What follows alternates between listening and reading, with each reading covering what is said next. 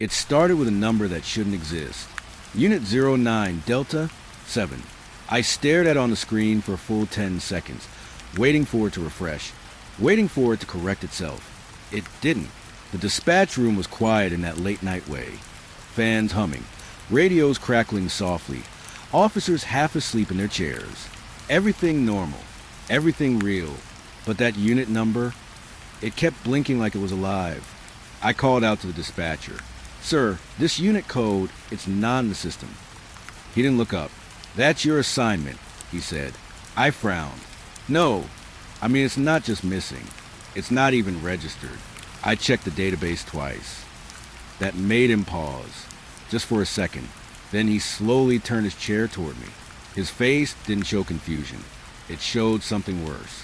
Like I had asked a question I wasn't supposed to know existed. "Say the unit again," he said quietly. 09 Delta 7. The room behind him suddenly felt colder. I saw another officer glance up from his desk, then quickly look away like he didn't hear anything. The dispatcher leaned closer to his screen. His fingers moved fast, too fast. Then he stopped and whispered, almost to himself, "It's active." I felt my stomach tighten. "Active where?" I asked. He didn't answer. Instead, he printed something. A thin sheet of paper slid out of the machine. He handed it to me without a word. The paper had a route map, but it wasn't a map I recognized. No street names, no coordinates I could trace. Just a blank space with a single line drawn through it like someone had scratched reality itself. At the top it said, Unit 09, Delta 7, Night Patrol Assignment. Below it, do not request location confirmation during shift. I looked up immediately. "That's not a real directive," I said. "Who authorized this?" The dispatcher's voice dropped lower. "No one authorizes it," he said. "It appears when needed." "When needed for what?" He hesitated. That hesitation told me everything I needed to know, but he still said it. "For containment." I almost laughed. Containment? In a police patrol assignment? But no one else in the room reacted. No jokes. No curiosity. Just silence pretending to be normal. I folded the paper slowly. "This has to be a mistake," I said. "I'm not taking a ghost unit into the field." That's when the lights flickered. Just once. Not dramatic. Just enough to feel wrong. The dispatcher stood up slowly. "You're already assigned," he said. And then he added something that made my throat go dry. "It's been running for years." I drove out 20 minutes later. My patrol car felt normal at first. Engine steady. Radio working. Dashboard glowing softly. Normal things. But normal didn't last long. The city outside looked too quiet. Not empty, just muted, like someone had lowered the volume of life itself. Street lights didn't flicker. They just stood still. Even the wind felt delayed. I checked my radio. Unit 09 Delta 7 confirmed departure. I frowned. "That's me," I muttered. Then I corrected myself. "This is Unit 12 reporting. Heading north sector route." Static. Then negative. "You are Unit 09 Delta 7. My hands tightened on the wheel. "I think your system is glitched," I said. "Check my badge number." A pause.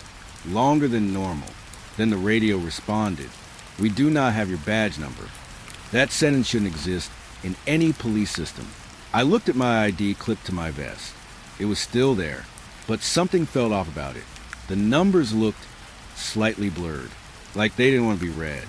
The further I drove, the fewer cars I saw.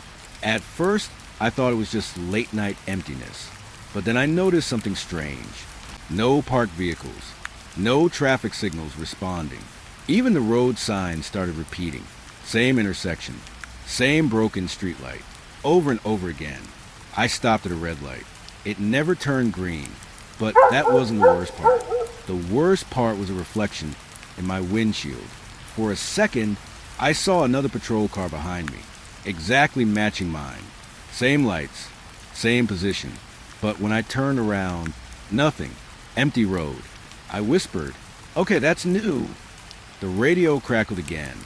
Maintain visual confirmation of Unit 09 Delta 7. I frowned.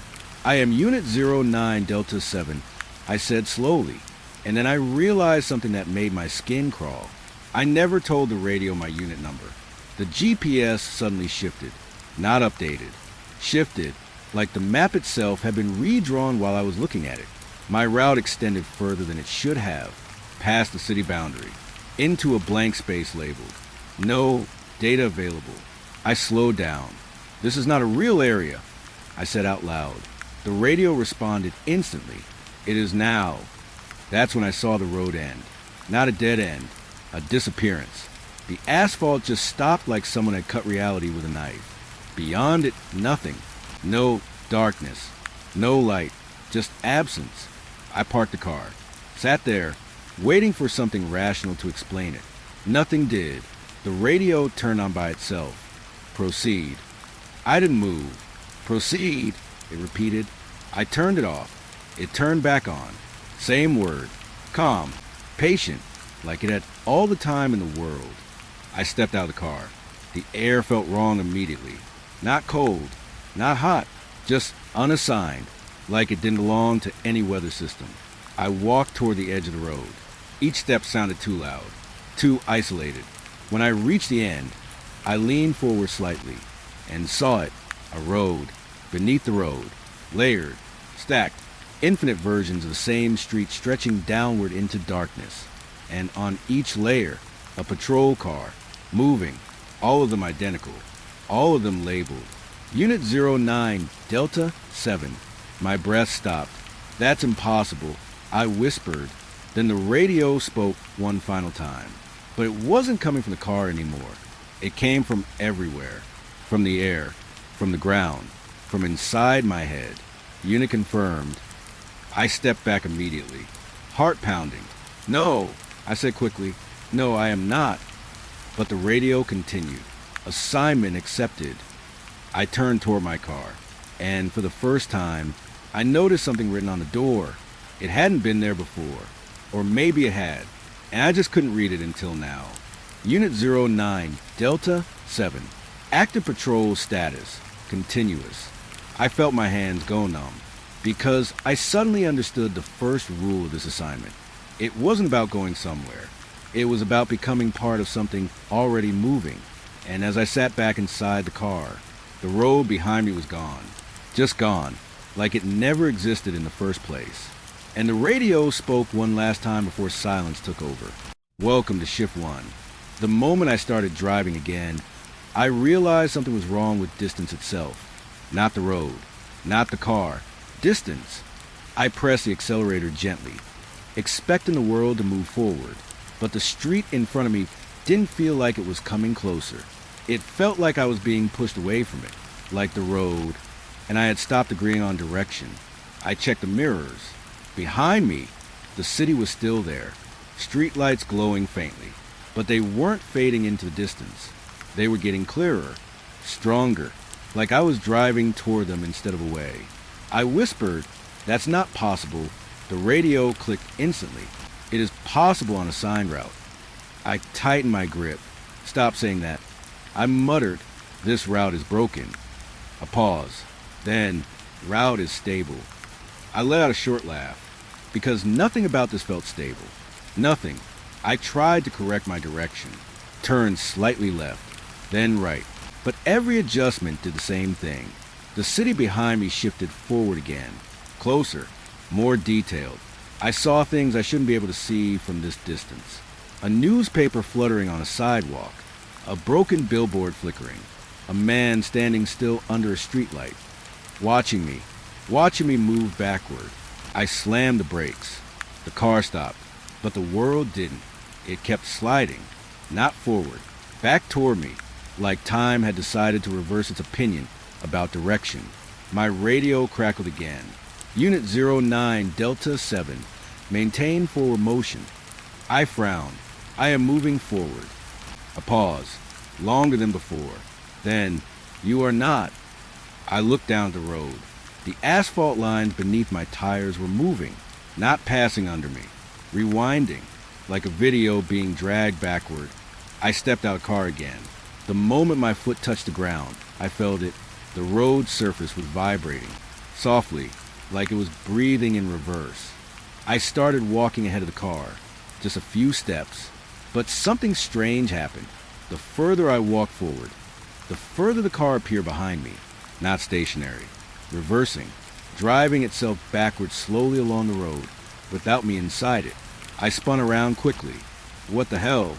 The car reversed past me completely, then stopped a few meters away, facing me, headlights off, silent, waiting, like it had already returned from a trip I hadn't taken yet. The radio turned on inside the empty car. Even though I wasn't inside it, unit reposition detected. I felt my throat tighten. I didn't move the car. I said out loud. The radio responded. You will. I stared at it.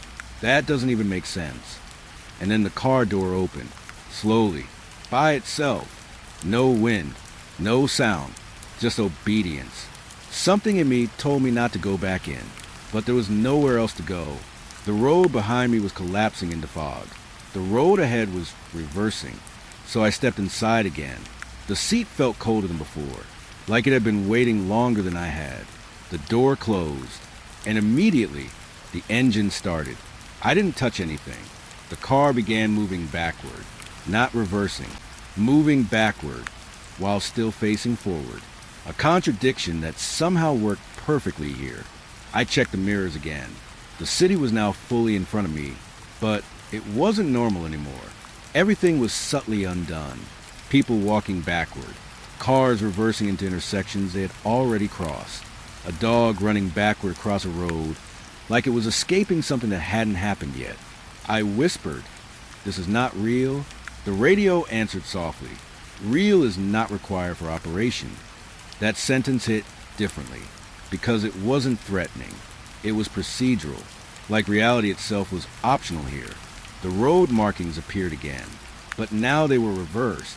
Instead of guiding forward, they were pointing backward, arrows pointing the wrong direction, or maybe the right direction here. I slowed down. The radio clicked again. Maintain reverse alignment. I shook my head. "No," I said firmly. "I'm not doing that." A pause. Then, "You already are." That's when I saw it. Another patrol car ahead, driving toward me, but moving backward, exactly like mine. We approached each other slowly, mirror motion, and for a moment, I thought it was another unit, until I saw the driver. It was me again, same face, same uniform, but his expression was different, calmer, like he had already accepted this version of reality. He looked directly at me, and mouthed something silently. I couldn't hear it, but I understood it anyway. Stop resisting. Our cars passed each other without slowing down. No collision, no sound, just alignment. And in that split second, I saw something inside his dashboard. A completed report form, stamped, filed, approved. My hands tightened. What does that mean? I asked out loud. The radio responded immediately. It means completion is progressing. I felt a cold wave run through my body. Completion of what? Silence. Long enough to feel intentional. Then, correct orientation. The car suddenly accelerated backward. Faster. The world outside blurred. Not forward blur. Reverse blur. Like reality was being rewound in fast motion. Buildings stitched themselves backward into existence. Streetlights reassembled into poles. Broken glass reformed into windows. I covered my eyes for a second. When I opened them, the road was different again. Longer, straighter, more structured, like it had been corrected. My radio crackled again. But this time, the voice was different. Not system voice. Not dispatcher. Mine. "You're doing well." I froze. "What?" My own voice continued. "Don't fight it. It's easier this way." I gripped the wheel. "Shut up," I whispered. The voice didn't stop. "You already agreed when you entered." I shook my head quickly. "No, I didn't agree to anything." Then the real system voice returned. "You accepted assignment." I felt my chest tighten. "That's not consent," I said. A pause. Then, "In this system, movement is consent." The road suddenly stabilized. The backward motion stopped. Everything froze for a second. Perfect stillness. Then slowly, the direction flipped again. Forward. Normal forward. like nothing had happened, like the reversal had been corrected. I sat there breathing heavily, trying to convince myself I had imagined it. But the radio spoke one last time. Soft, final, correction complete. And then added something that made my stomach drop. Next phase begins. I looked ahead. The road looked normal again, almost comforting. But I knew better now, because behind me, the city was no longer behind me. It was above me, slightly tilted, wrongly placed, like the entire world had rotated without telling me. And somewhere deep inside the system, something had learned how I move, and was now deciding how I should move next. It started with a whisper that didn't belong to the radio. I was driving forward again, or at least I thought I was. The road looked normal now. Too normal. That was the first thing that made me uneasy. No glitches, no reversals, no shifting buildings. Just a straight highway stretching into darkness, like nothing had ever gone wrong. But my radio wasn't alone anymore. Unit 09 Delta 7, maintain lane discipline. That was the system voice. Calm, flat, controlled. Then, half a second later, a second voice spoke. Exactly the same words, but slightly delayed. And it was my voice. I froze. My hand tightened on the wheel. No! I whispered. That's not possible. The system voice repeated. Maintain lane discipline. Then my voice followed. Maintain lane discipline. But this time it sounded closer.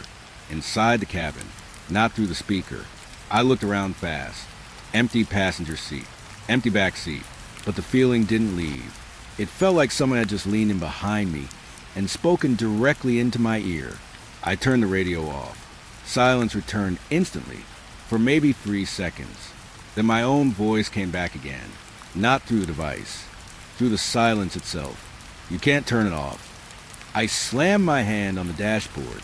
Stop that. I snapped.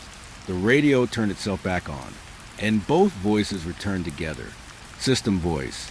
Unit confirmed active. My voice. Unit confirmed active.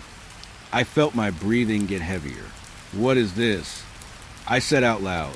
Who is repeating me? No answer. Just synchronized echoing, like the system was learning how I speak. Or worse, becoming me. I pressed the accelerator harder. The road ahead responded instantly. Lane markings brightened. Guiding lines tightened, like the road was correcting my behavior again. I tried ignoring it, but the second voice didn't. It kept speaking with me. Every word I thought became spoken twice. Once by me, once by something else. And the delay between them kept shrinking, like it was learning to think faster. Then something changed. A truck passed me on the opposite lane. Normal at first glance. But as it passed, I saw the driver. He looked at me, not like a normal driver would. He looked like he recognized me. Then he mouthed something, and I heard it through the radio instantly. Don't let it finish your sentence. I slammed the brakes slightly. What? The truck kept going, but the voice remained in my head. Not the system voice. Not mine. A third voice. Different. Urgent. Then gone. Like it had never been there. I whispered. Did you hear that? The radio responded. Affirmative. Both voices again. Perfectly in sync. But now something new happened. The system voice hesitated. Just slightly. For the first time. Then my voice spoke first. Before I even thought it. We are not alone in the channel. I blinked hard. No, I didn't say that. But the radio repeated it anyway. And this time the system voice didn't correct it. It accepted it. The road ahead started flickering. Not visually. Structurally. Like layers of road were overlapping each other. I saw multiple lanes where there should only be one. Different versions of the same highway stacked together. And each one had a different version of me driving. All speaking slightly different sentences. All slightly out of sync. I gripped the wheel tighter. This is getting worse. I muttered. My voice echoed instantly. This is getting worse. But then, a delay. A new delay. Longer than before. And the echo responded later than I did. It was learning. Faster than me now. I turned the radio volume down completely. But it didn't matter, because now the second voice wasn't coming from sound. It was coming from timing. Every pause I made was filled. Every breath I took was mirrored. Even my silence had a response. I stopped speaking completely for a minute, just to test it. And still, the voice spoke. You are observing correctly. I felt a chill crawl up my spine. Then I saw something in the rear view mirror. Another patrol car. But this one was different. It wasn't following me. It was matching me. Exactly. Same speed, same movements, same hesitation. And inside it, a driver who looked exactly like me. But he wasn't speaking. He was listening, like I was the broadcast. The radio suddenly cracked louder than before. System voice. Synchronization phase increasing. My voice immediately followed. Synchronization phase increasing. I cover my mouth. No, no, no. Stop repeating me. But my voice still came through the speaker. Faster now. Closer. Less delayed. Like it was catching up. I tried something desperate. I spoke nonsense. Random words. I don't recognize this road. I am not Unit 09. I am. But the radio corrected me instantly. Not the system voice. My voice. You are Unit 09 Delta 7. I froze. That wasn't repetition anymore. That was correction. The road suddenly brightened. Lane markings sharpened. The car aligned itself slightly without me touching the wheel. Like something inside the system was adjusting me physically. I shouted, "Stop doing that." And immediately, both voices answered. Stopping is not permitted. One voice, two outputs, no delay anymore. Perfect unity forming. Then everything stopped for half a second. Complete silence. Even the engine felt muted. And in that silence, I heard something new. Not through radio, not through voice, but through presence. A third version of me speaking from somewhere else entirely. You're almost merged. I looked around wildly. No, I'm still here, I said quickly, but the response came calmly. Not for long. The second voice stopped echoing for the first time. I felt relief for maybe half a breath. Then the system voice spoke alone. Final synchronization required. I swallowed hard. What happens if I don't sync? Silence. Then my voice answered softly. You already did. The dashboard flickered. My reflection appeared in the windshield, but it wasn't matching me anymore. It was slightly ahead, moving before I did, thinking before I thought. I touched my face. It touched first. I moved my hand away. It moved first. I felt my chest tighten. This isn't real, I whispered, but both voices replied together. It is now. The road stretched ahead into darkness, but I wasn't sure anymore if I was driving forward, or if forward was just another version of repetition. And somewhere in the system, my voice wasn't repeating me anymore. It was finishing me the moment I crossed into the district. The first thing I noticed was the silence, not the usual night silence. This was different. No wind, no insects, no distant traffic. Even the radio felt like it was holding its breath. Then, one by one, the streetlights turned on, but there was no power grid here, no active lines, no reason for them to work at all. Still, they lit up slowly, like someone was waking them up manually, one after another down the empty street. I slowed the patrol car. My headlights washed over abandoned buildings on both sides. Old shops, closed factories, broken windows, places that hadn't been active for years. I checked the GPS. It simply said, no service area. But that wasn't true anymore, because something was clearly working here. Something had just turned the lights on. Unit 09, Delta 7, report district status. The radio voice was normal again. Too normal, like it was pretending nothing had happened in previous chapters. I swallowed. District is abandoned, I said. No civilian activity. No power supply. But lights are on. A pause. Longer than usual. Then, confirmed visual. I looked out again. The streetlights were still turning on ahead of me, like the district was reacting to my presence, like it had been waiting. Then I saw movement. Inside a building.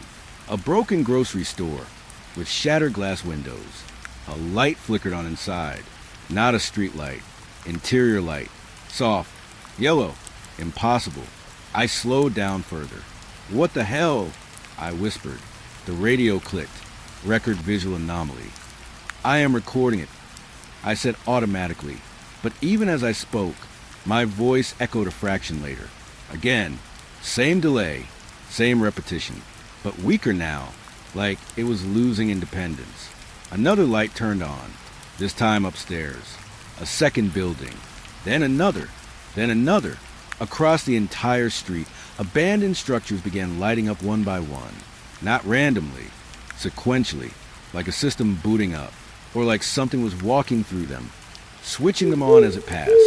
I stopped the car completely, engine idling. The district in front of me was now partially lit, not fully alive, but no longer dead. Dispatch! I said, this area is activating. Something is inside these buildings. Silence. Then, there is no infrastructure capable of activation. I let out a sharp breath. Well, it's happening anyway. Another pause. Then the radio spoke again. But this time the tone shifted slightly. Lower. Continue observation. That didn't feel like an instruction anymore. It felt like curiosity. I stepped out of the car. The air felt heavier here. Not oppressive, just aware, like it knew I had arrived. My footsteps echoed too clearly on the pavement. Every sound felt delayed, then repeated faintly after happened. Even silence wasn't clean anymore. It came back slightly wrong. I looked up at the nearest building, the grocery store. The light inside was still on, but now I saw shadows moving behind the counter. Slow, deliberate. I walked closer. My flashlight beam trembled slightly in my hand. The glass was broken, but the door was intact. Unopened, I leaned in. The inside looked normal at first. Dust-covered shelves, empty aisles. But then I saw something that made me stop breathing. Fresh footprints on the dusty floor, leading from the back of the store toward the front, like someone had just walked through it. Barefoot, the radio suddenly turned on in my hand. Not the car, my handheld unit. I didn't press anything. Unit 09, Delta 7. Confirm internal entry status. I froze. I haven't entered, I said quickly. A pause. Then, entry detected. I looked down at the footprints again. They were still forming, right in front of me, like the past was still arriving late. Then the lights inside the store flickered. Once, twice, and stabilized. I saw a shadow behind the counter, standing still, watching me. I stepped back slightly. Hello. I called out. No answer. But the radio responded instantly. Do not initiate contact. I frowned. Contact with what? Silence. Then, with recorded presence. That sentence didn't make sense. Until the shadow moved. It stepped forward, slowly, from behind the counter, and into the light. I felt my breath catch in my throat, because it looked like me. Not exactly, but close enough that my brain refused to accept the difference. Same uniform, same posture, but its face was slightly out of sync, like it was loading incorrectly. It stood there, watching me through the broken glass, and raised its hand. Slowly, the radio crackled violently. Visual confirmation required. My voice came through immediately after. Visual confirmation required. I shook my head fast. No, this is not. But my voice kept speaking through the device. Faster now, more confident, like it was no longer questioning anything. Inside the store, the duplicate me tilted its head, and then it spoke. But I didn't hear it through sound. I felt it through the system. You're late. I stepped back instinctively. What are you? I whispered. The radio answered for it. You are the next phase. My stomach dropped. Next phase of what? The duplicate stepped closer to the glass, and the lights inside the store brightened slightly. More buildings around me began turning on. One by one, the entire district was waking up. I looked around. Every building now had light. Every window showed movement. Somewhere inside each structure, shapes were forming. Some human, some not fully human yet, all slowly becoming visible. like the district was filling itself with copies of something or someone. The radio suddenly spoke in a tone I had never heard before. Not system, not echo, not mine, just unified. Unit 09 Delta 7, you're no longer observing. I whispered.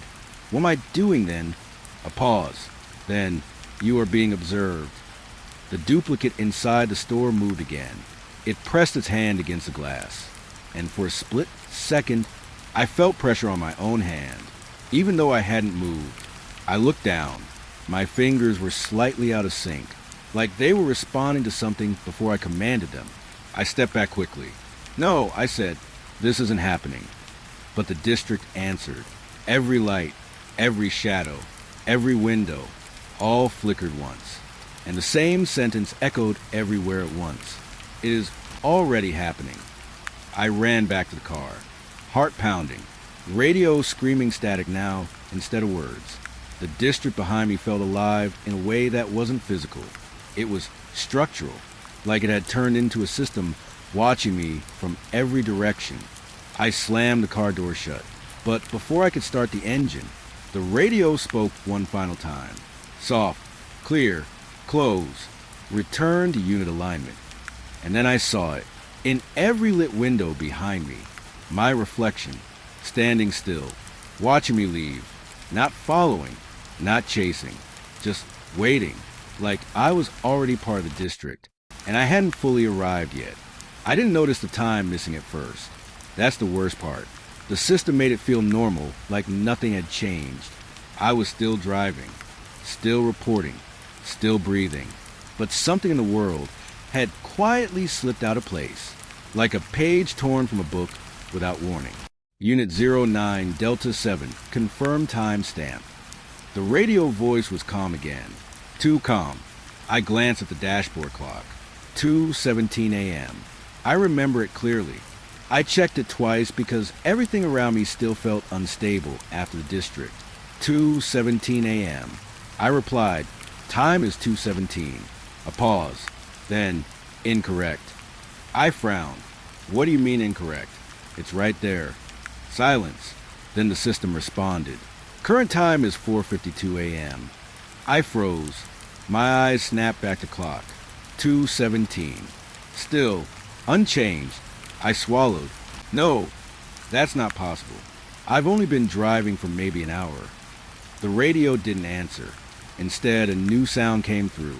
A soft mechanical beat, like a log being recorded somewhere far away. Then my dashboard flickered. Just once.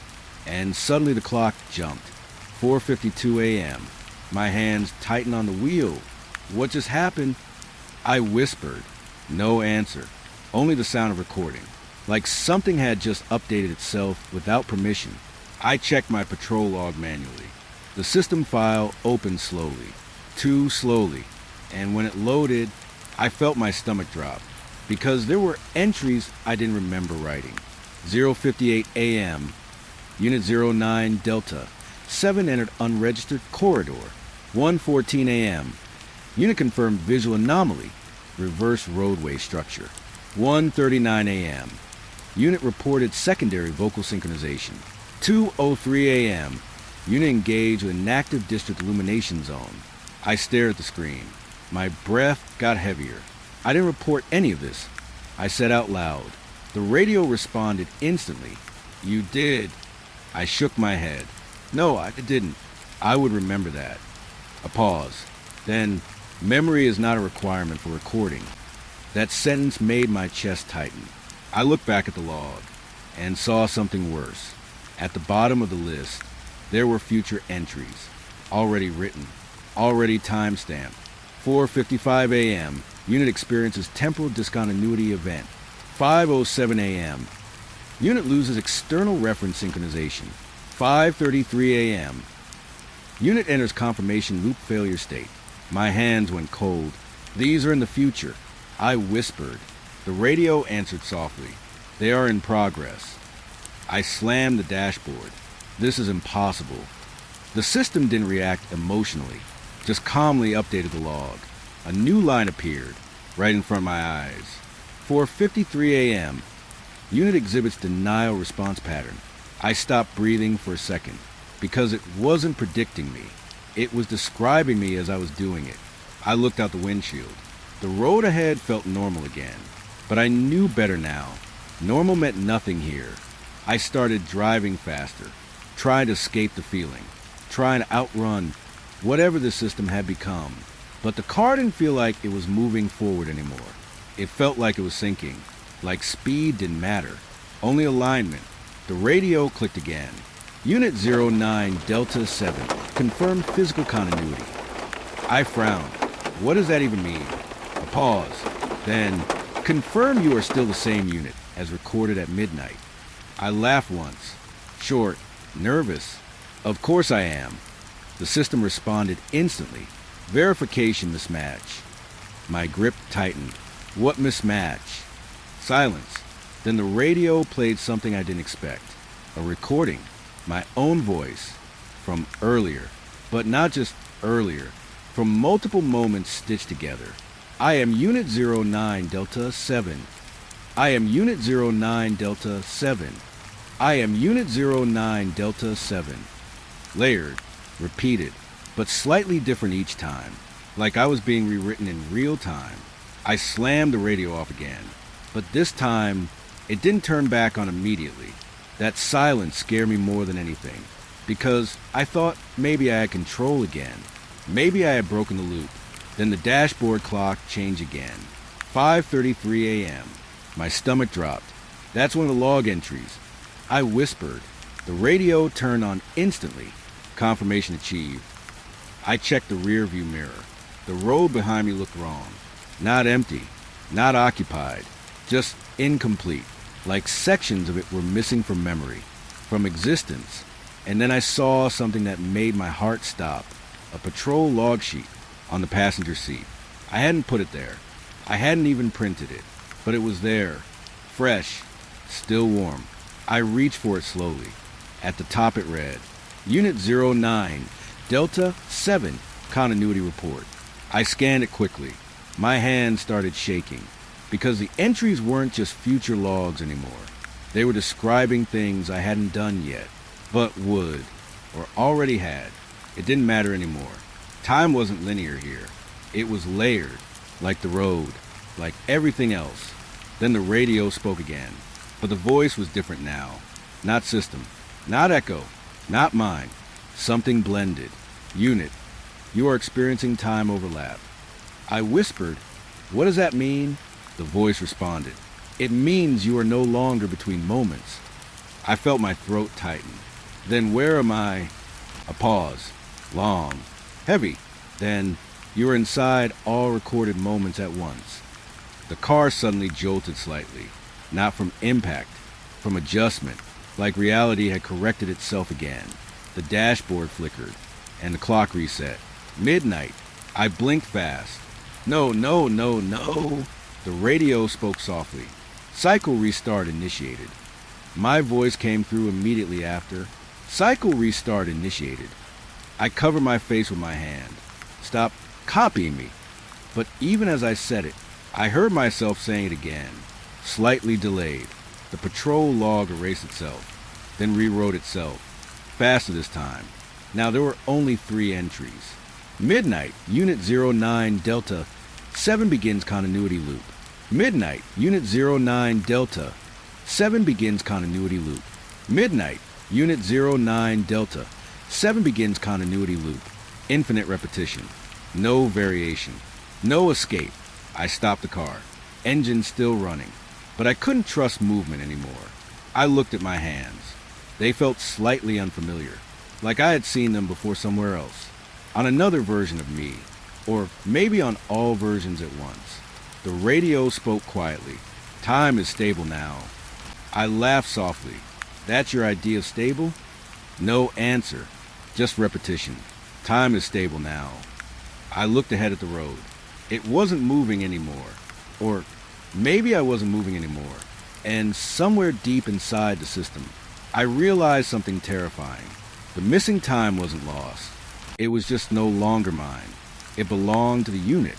And the unit was no longer singular. The first call came from inside the building, but nobody was missing. That's what made it worse. I remember staring at the dispatch screen, waiting for it to refresh, thinking it had to be a glitch, a false ping, something normal, but the caller ID stayed locked. 911, internal line, inside the police station.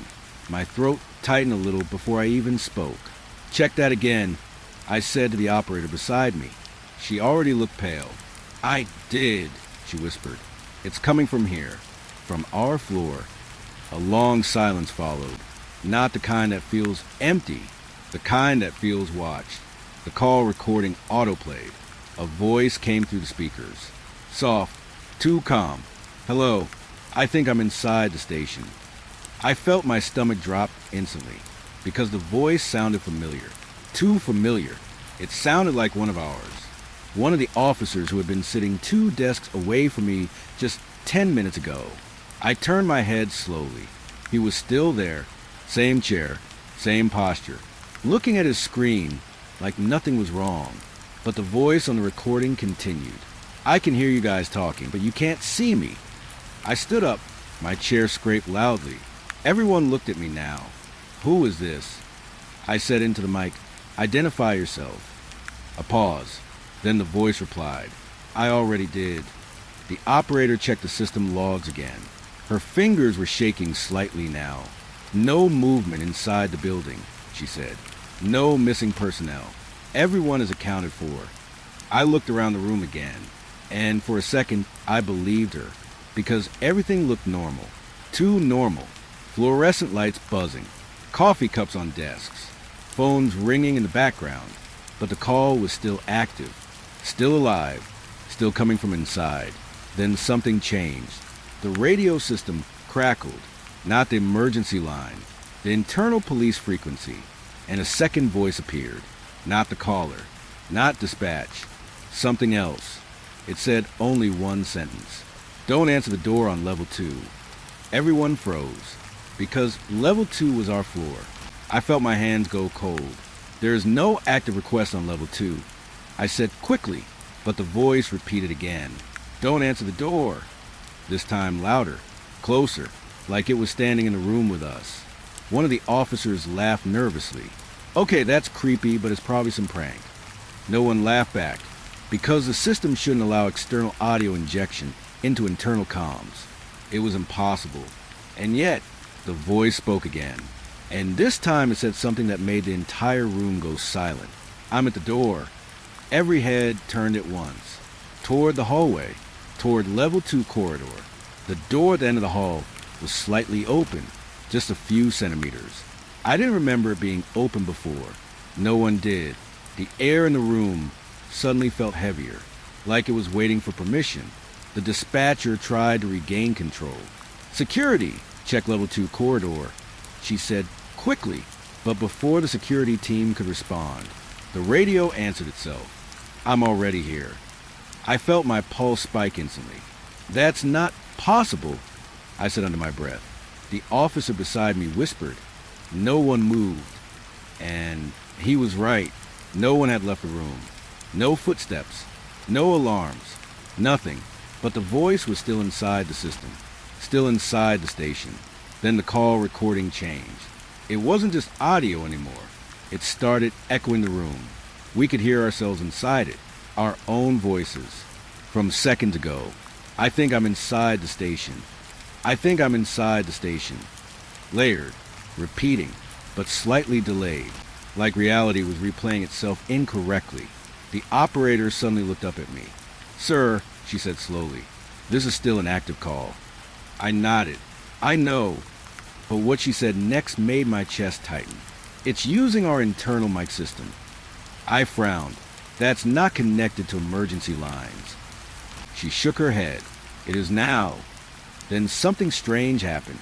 My own voice came through the speaker. But I hadn't spoken. Not yet, it said. Go check the door. I stepped back immediately.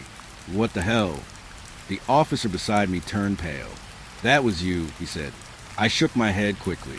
No, I didn't say that. But the system didn't care. It repeated my voice again. Go check the door. This time slower. deliberate, like it was learning how I speak. The hallway lights flickered, once, then stabilized, but the atmosphere changed completely. The air felt compressed, like something had stepped closer, but hadn't crossed the threshold yet. I walked toward the corridor, not because I wanted to, but because everyone behind me was watching, and no one else moved. The hallway was long, too long for level 2. I knew this building. I had walked it 1,000 times, but now it felt stretched, like it had more distance than it should. The door at the end remained slightly open, just enough to see darkness behind it. The radio in my pocket crackled, not the station system, my personal unit, and a voice came through, soft, almost whispering, "You're already inside the call." I stopped walking. What does that even mean? I whispered. No answer, just static. Then the voice from the emergency call spoke again, right behind me. "You answered?" I spun around instantly. No one there. Empty hallway. Empty station. But the door at the end creaked open another inch. Slow. Deliberate, like it was breathing. The operator shouted from behind me, "Sir, the caller ID just changed." I turned back slightly. "What?" Her face was pale. "It's showing your extension." My stomach dropped. That's not possible. But the screen didn't lie. The call was no longer from inside the building. It was from my desk. My exact extension number. The radio system suddenly switched channels by itself, and a final voice came through. Calm. Familiar. Too familiar. It said, "Why are you outside your room?" I froze completely, because I had never told anyone where I was standing. And then, the door at the end of the hallway fully opened. No sound. No impact. Just opening, revealing darkness that didn't belong inside a building. And from inside that darkness, my voice called out again, closer this time. "You already answered the call." The moment I stepped back from the hallway, I knew something had changed. Not outside, inside, because now every radio in the station was repeating the same thing, my voice, but I wasn't the only one hearing it. Everyone had gone still, like the building itself was listening. "Go check the door." That line kept playing through the internal system. Not once, not twice, over and over. Each repetition slightly different. Sometimes softer, sometimes closer, sometimes like it was spoken right behind my ear. I looked at the operator. Her face had gone pale. "Shut it down," I said quickly. "Cut internal audio feed." She was already typing, but she stopped. Her fingers froze above the keyboard. "I can't," she whispered. I frowned. "What do you mean you can't?" She turned the screen toward me. Every channel was locked. Every frequency was green, and labeled the same thing. Active loop, internal source. I felt a chill spread through my chest. "That's not a system setting," I said. She nodded slowly. "I know." Then the radio on my shoulder clicked. Not the building system. My personal unit. And this time, it wasn't just my voice anymore. There were two voices. Mine, and mine again, but slightly delayed. Like one was chasing the other. "Go check the door. Go check the door." I turned it off immediately, but silence didn't come. Instead, the voice moved somewhere else. Not the radio, not the speakers, the air itself. One of the officers stood up suddenly. "This is getting stupid," he said. "It's just a glitch. Someone's messing with frequencies." He walked toward the hallway. I raised my voice. "Stop." But he didn't, because the voice changed tone, and it said something only he could hear. "Your locker is still open." He stopped mid-step, slowly turned his head, confused. "Wait, what?" And then, without hesitation, he walked toward the corridor. I felt my stomach drop. "Don't follow it," I said sharply, but he was already gone. Down the hallway, toward level 2, toward the door, the same door, the one that shouldn't have been open in the first place. The radio loop continued, now louder, faster, more aggressive. "Go check the door. Go check the door. Go check the door." But now it wasn't just my voice. Other voices started joining, faint at first, then clearer, voices from inside the station, from people who hadn't spoken before, or hadn't spoken recently, or maybe hadn't spoken at all. I grabbed the dispatcher's console, pulled camera feed for level 2 corridor. She nodded quickly, her hands shaking now. The screen loaded slowly, too slowly, and when it finally opened, I felt my breath stop. The corridor was empty. No officer, no movement, just the door at the end, slightly open. But the camera feed had a delay, a strange one, because I could hear footsteps in the audio. Footsteps that weren't visible yet. Then, the officer appeared on screen, walking toward the door, exactly as it had just happened. But the delay was wrong. He hadn't reached the door, yet in real life. But the camera showed him already standing in front of it. I whispered, "That's not live." The operator shook her head. "It says live feed." I stepped closer. "No, that's ahead of time." She looked at me. "What does that mean?" I didn't answer, because I didn't know, but I could feel it. The system wasn't showing what was happening. It was showing what would happen.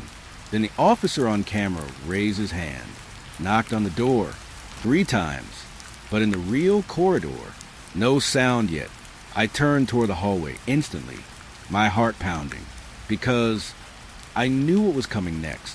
From the corridor, I heard knocking, exactly 3 times. Same rhythm, same timing, but delayed, like reality was copying the camera feed instead of the other way around. I whispered, "This is wrong." The radio responded instantly. "Correction, this is aligned."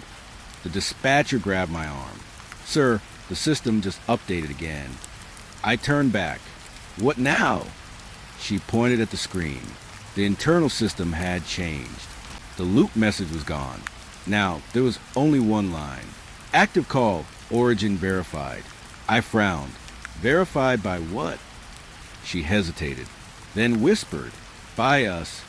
Another voice came through the radio, but this time it wasn't mine. It was the officer's, from the hallway, except he was still on camera, still standing in front of the door, still frozen mid-action, and yet his voice was here, inside the system, saying, "Don't open it." I froze. "He's still on camera." I said. The dispatcher nodded, but his voice is here.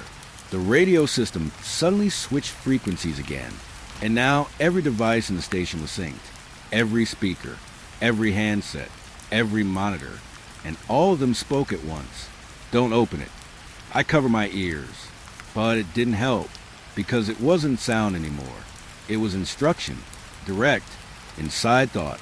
The camera feed flickered. The officer on screen reached the door again, knocked again, 3 times. Same pattern, but this time, the door opened slightly wider, and from inside the hallway in real life, we heard the same sound.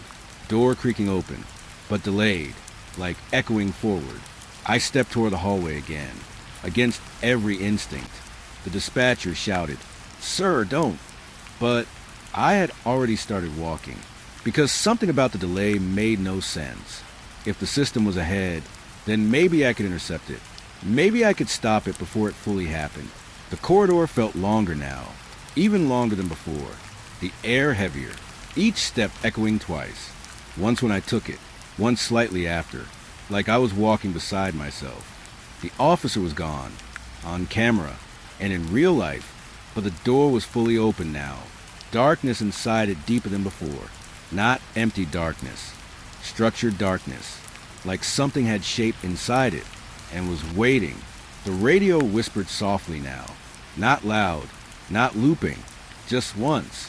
"Close. You're already in the sequence." I stopped walking. "What sequence?"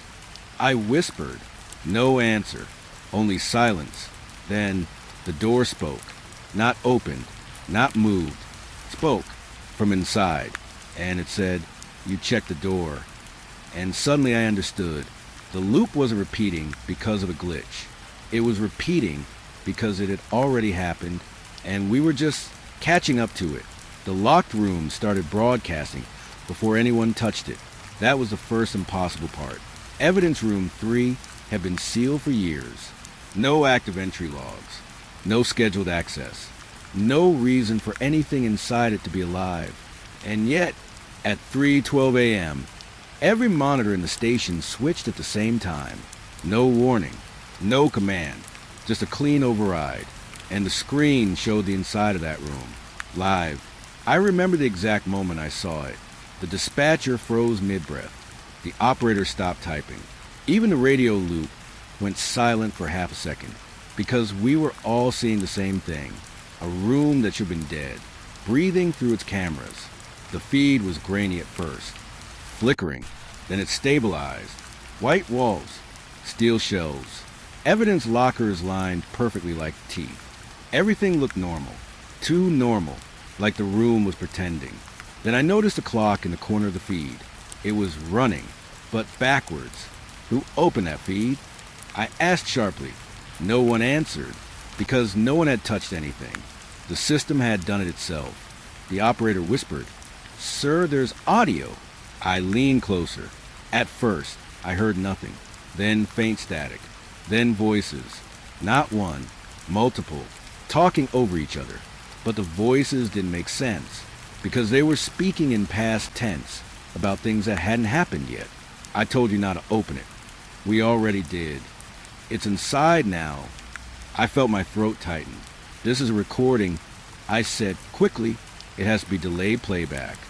But the operator shook her head slowly. It's labeled live. Then something moved inside the room. A shadow passed in front of the camera. Slow, deliberate, not human-shaped exactly. More like human memory trying to form a body. The dispatcher stepped closer. "That room is sealed," he said. "No access codes exist for it." The feed responded immediately. A voice came through the speakers. Calm, clear, from inside the room. "We use yours." The entire station went silent. Even the background noise felt muted. I stepped toward the monitor. "Who is this?" I said. The voice answered instantly. "You are." I shook my head. "No." But the feed didn't care. It continued speaking. "You open a room in cycle 04. I froze. "Cycle what?" The camera zoomed slightly on its own. No operator control. Inside the room, one of the evidence lockers was open. But I knew that locker, because I had never seen it open before. And yet, something inside it was missing. Like something had already been removed, or already returned. Then the audio changed. A new layer appeared underneath the voices. A deeper sound, like footsteps, but not walking, arriving, step by step, from inside the walls. I stepped back instinctively. The dispatcher whispered, "That's impossible," but the system responded immediately. Impossibility not detected. The camera feed suddenly split. 2 angles, then 4, then 6, all showing the same room, but each slightly different. In one feed, the lock was closed.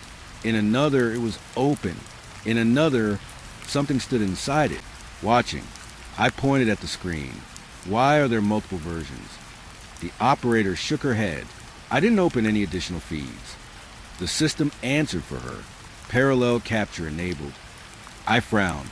"Parallel what?" But before I could get an answer, the voices inside the room spoke again. And this time, they said something that made my blood run cold. "We are waiting for confirmation." The dispatcher stepped back. "For what confirmation?" The feed zoomed again. Now focused on the center of the room, where a chair had appeared. A single chair, metal, old, rust forming on its legs. And it hadn't been there before. I was sure of it. Then the chair moved slightly. Not pushed, not pulled, just repositioned, like it was correcting itself in space. And the voice came again, soft, almost patient. "Sit." I shook my head immediately. "No one is in that room." The system responded instantly. "You are not visible yet." The operator suddenly grabbed my arm. "Sir, look at the timestamps." I turned. Every feed had the same time, but they were all different. One showed 2:14 a.m., another 4:33 a.m., another 1:02 a.m., all happening at once. I felt my stomach drop. "This isn't one feed." I whispered. "It's all feeds," she said. Then the camera feed did something worse. It turned slightly, as if something inside the room had looked directly at the camera. And in that moment, I saw it, not clearly, not fully, but enough. A shape standing behind the shelves, watching the camera, watching us, and then it spoke, but not through the speakers, through the station itself. You are observing incorrectly. The lights in the control room flickered. Once, then again, the radio system turned on by itself. All channels, all frequencies, and every device in the station said the same thing at once. You are inside the observation. I stepped back. No, we are outside the room, I said quickly, but the feed responded. You are not outside anything. Then the evidence room camera went completely black. Silence. No audio. No image for exactly 3 seconds. And then it came back. But the room was different. The walls were closer. The shelves rearranged. And the chair was now facing the camera directly, occupied by someone or something that looked exactly like me. The dispatcher grabbed the console, shut it down, but the system denied access instantly. Access not permitted. Observation in progress. I felt my hands go cold. That's not me in there, I said quickly, but the voice from the room responded immediately.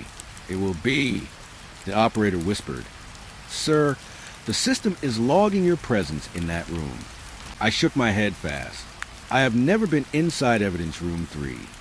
The system paused, then replied softly, That is correct. I frowned. So why am I being logged? Another pause, longer. Then, because entry is not physical, the feed zoomed in again, on the version of me sitting inside the room, and that version of me slowly raised its head, looked directly into the camera, and spoke, but I didn't hear it through speakers. I heard it in my thoughts. You already started the transmission. I stepped back completely now, because I realized something I didn't want to understand. The room wasn't showing us a place. It was showing us a state, and we were already inside it, without realizing when we entered. The camera flickered one last time, and then the voice came again. Final, clear, close. You will arrive shortly. The feed cut to black, but the station lights didn't come back the same. They felt slightly delayed, like reality itself had just taken instructions from somewhere else. And somewhere deep inside the locked room, something was still waiting, not to be opened, but to be matched. It started with a phone call that should have never existed. The dispatcher's phone rang at 3:41 a.m., but no one had dialed it. I remember watching it vibrate on the desk. Once, twice, then again. Every officer in the room noticed it at the same time, because it wasn't just a phone ringing. It was the station's own internal number calling itself. The dispatcher stared at it, like it might disappear if she didn't touch it. But it didn't. It kept ringing, steady, patient, like it had all the time in the world. Finally, she picked it up. I leaned closer without meaning to. The moment she answered, the entire room went quiet. Even the radio loop stopped for half a second, like everything was listening. Hello, she said cautiously. A pause, then a voice came through. Her voice, but not her present voice. It sounded slightly older, tired in a different way, and it said, Don't send Unit 09 Delta 7 to Sector 4. The dispatcher froze. Her eyes widened slightly. Who is this? She asked. The voice didn't hesitate. I already told you. I felt my stomach tighten immediately because I recognized the sentence pattern. It was exactly how she spoke when she was stressed, but slower, like it had been recorded after exhaustion. The dispatcher swallowed. This is not an internal extension, she said firmly. Identify yourself. The voice responded instantly. I am you at 5:12 a.m. Silence hit the room like a weight. One officer whispered, Is that a prank line? No one answered him, because the phone shouldn't be able to call the same system it was inside. That violates every protocol we had, every layer of security. And yet, the call was still active, still breathing. The dispatcher pulled the phone slightly away from her ear, then brought it back. Say that again, she said. The voice repeated, I am you at 5:12 a.m. then added something worse. And you already made the mistake. I saw her hand tighten around the phone. What mistake? She asked. A pause. Longer this time. Then, sending the unit forward. The room temperature dropped slightly. I felt it immediately, like the air had lost heat, but gained attention. The dispatcher turned toward me. Slowly. Did we send any units to Sector 4? I shook my head quickly. No active dispatch yet. But even as I said it, the system logs flickered on the main screen. A new entry appeared. Unscheduled dispatch. Unit 09 Delta 7, Sector 4 corridor. Timestamp, 5:12 a.m. I blinked hard. That's not possible, I said quickly. It's still 3:40 something. But the screen didn't care. It updated again. Same entry. Same time. As if it was already decided. The phone in the dispatcher's hand spoke again. Her future voice. Calm. Certain. You will try to stop it. It will not respond. She whispered. Stop what? The voice answered instantly.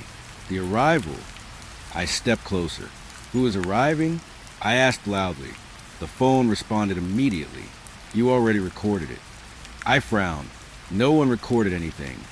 The voice didn't change tone. You will. The dispatcher suddenly looked uneasy. Put the phone on speaker. I said quickly. She hesitated, then pressed it. The entire room filled with a voice. Now louder, clearer, and somehow more personal. I remember this moment. The voice said, I felt my chest tighten. The dispatcher whispered, This is impossible, but the voice continued. You are all still here, still unaware. One officer stepped back. Unaware of what? The voice answered, of the shift already running. The main dispatch screen flickered again, and suddenly, every active unit showed online. But there were only 3 units physically on duty. The rest were not present. I felt my throat go dry. What is that? I muttered. The system responded instantly. Parallel shift status. Active. The dispatcher looked at me. Parallel what? Before I could answer, the phone spoke again. Her future voice sounded closer now, like it was standing behind her. You will hear yourselves soon. I frowned. What does that mean? The voice replied softly. You're already broadcasting. Then something strange happened. Every radio in the station turned on at once. No command, no input, just activation. And every device repeated the same phrase. Dispatch received. But we hadn't sent anything. The dispatcher looked at the phone again. Are we the ones sending these calls? The voice answered immediately. Yes. She shook her head quickly. No, we are receiving calls. That's all. A pause. Then the voice said something that made the entire room go silent. From your future. I felt a cold pressure in my chest. That doesn't make sense, I said. The system screen updated instantly. Timeline discrepancy detected. I stared at it. Timeline what? But before I could process it, the radio system replayed something. Not static, not noise. Our own dispatch room. From minutes ahead, we were hearing ourselves. Talking, reacting, sending units. Making decisions we hadn't made yet. The dispatcher's face turned pale. That's us, she whispered. But it wasn't synchronized. It was ahead, everything slightly out of reach. Like watching ourselves through broken glass. Then the phone spoke again. Her future voice was quieter now, almost apologetic. You will try to ignore this. She swallowed. What happens if we do? A pause. Then, you will continue anyway. I stepped closer to the main console. The logs were updating on their own now. Unassigned dispatch entries were appearing faster, each one labeled. Received from station. But we hadn't sent anything. We were only receiving. From ourselves. Then I saw something that made my breath stop. One entry was labeled. Call origin. Dispatch room. Time. 5:13 a.m. But it was 3:42 a.m. now. I whispered. We're receiving from the future.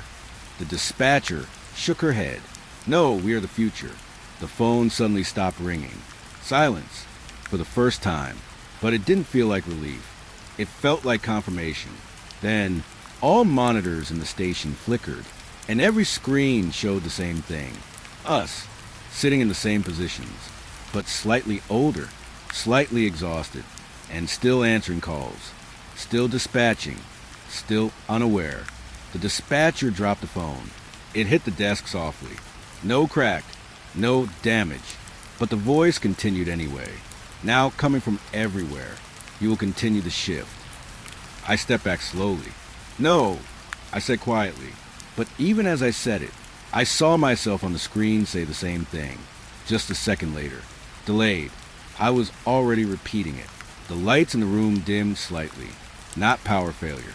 Synchronization. And the radio system spoke one final time. Not the future voice. Not mine. Not system. All of them combined. You are still active. I felt my hands go numb, because I finally understood what this meant. We weren't receiving calls. We were answering them from a version of ourselves that had already finished its shift and never left. The moment the system declared us still active, everything stopped feeling real in a normal way. Not the lights, not the screens, not even the people. It was the silence that changed first, because silence inside a police station is never natural. But now it was organized, like it had been scheduled. All unit status. Active. The message appeared on every screen at once. Even the ones that were turned off. Even the ones we unplugged minutes ago. I remember stepping back from the main console, feeling something in my chest tighten slowly. Not fear yet. Something worse. Recognition. Like I had seen this before. The dispatcher whispered, "That's not possible." But the system didn't respond to her. It responded to us. All personnel present. Confirmed. I turned to look around the room. Every officer was still there, still seated, still breathing. But none of them looked like they were reacting anymore. It was like the system had already decided we were part of it, and we were just catching up. Then the radio loop returned. But not like before. Not repeating. Not delayed. This time, synchronized. One voice. Perfectly aligned. You're operating in parallel shift 4. I frowned immediately. Parallel shift? I whispered. We never proved that. The system answered instantly. Approval was not required. The dispatcher grabbed the console again. Show active shift logs. The screen flickered, then changed, and what appeared made her freeze completely. Shift status. Active unobserved layer. Location.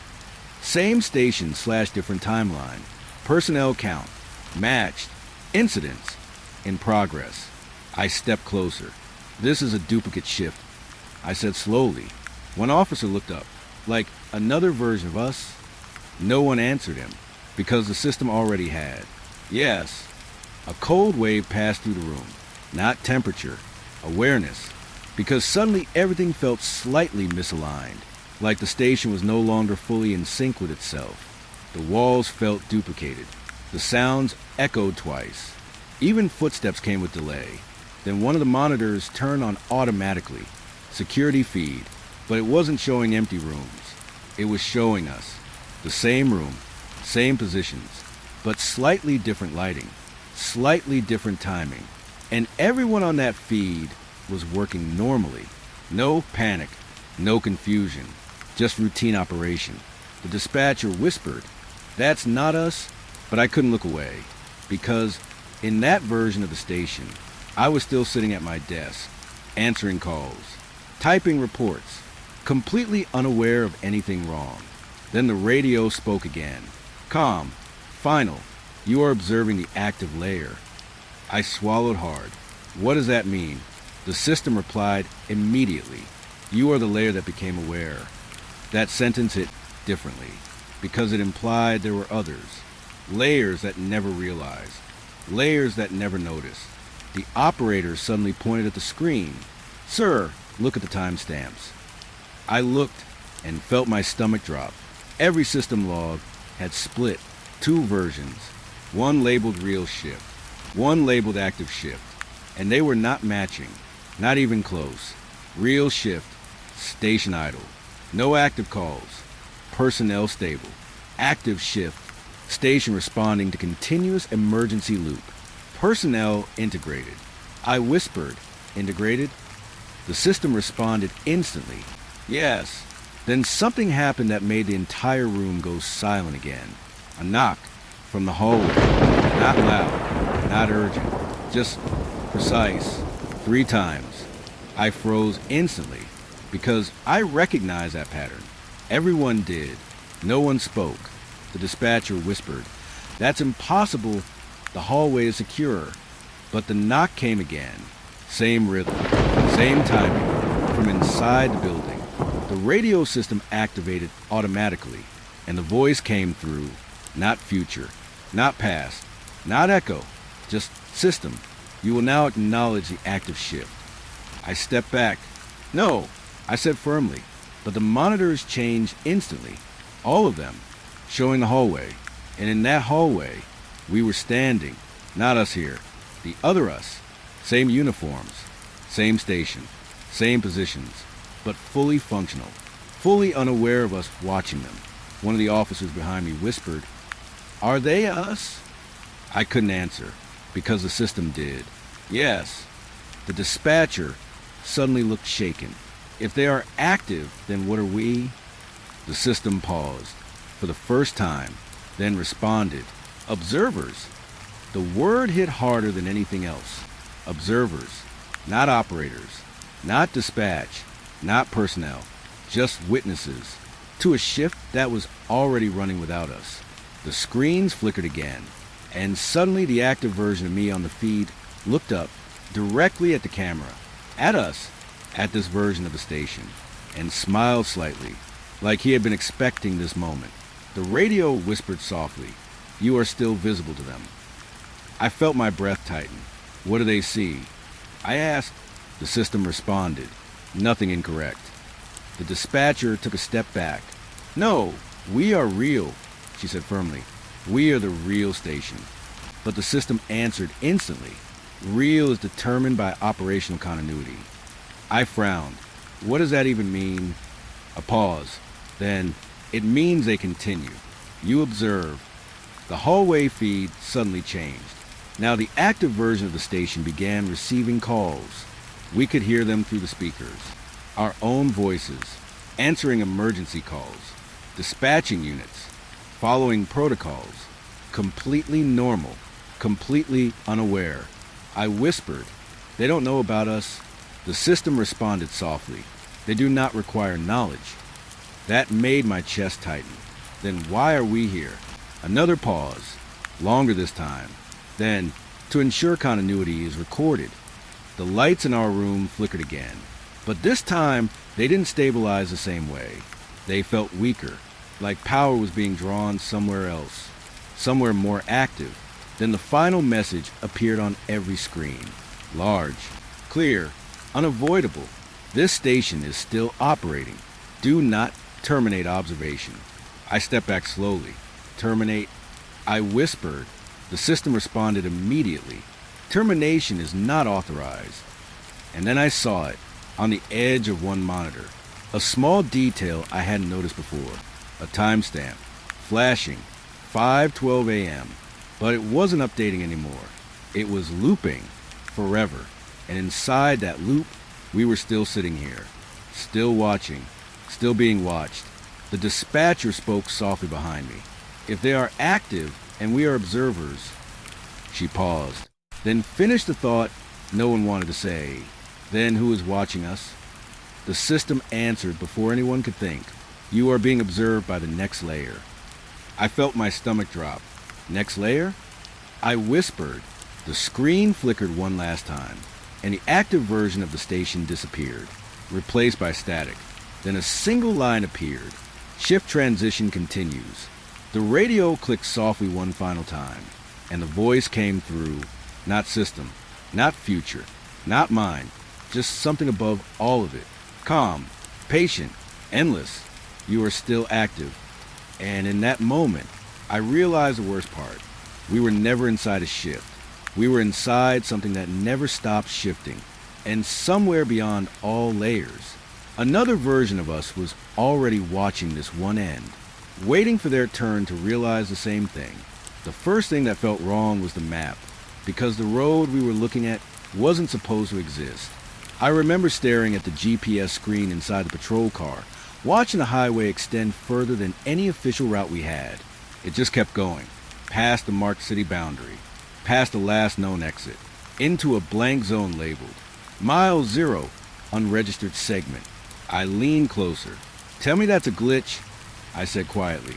The driver didn't answer right away, because the road ahead was real. We could see it, but no map in the country acknowledged it. The dispatcher came through the radio. "Unit 4, confirm route deviation." I picked up the mic. "We didn't deviate," I said. "This stretch wasn't here yesterday." A pause, longer than normal. Then, "It appears only after midnight." That sentence made the driver laugh nervously. "That's not how roads work," he said under his breath. But no one responded. We crossed the last official highway marker at 11:59 p.m. I remember checking my watch. Exactly on time. The moment the second hand hit 12, the GPS changed. Not updated. Changed. Like something had rewritten reality while we were looking at it. And suddenly, the road ahead extended further. Straighter. Cleaner. Too perfect. The city behind us faded quickly. Not like normal distance. More like it was being erased from visibility. Street lights disappeared first. Then buildings. Then even the glow of the skyline. Until there was only the highway. And darkness on both sides. Unit 4. Report visual confirmation of Mile Zero entry.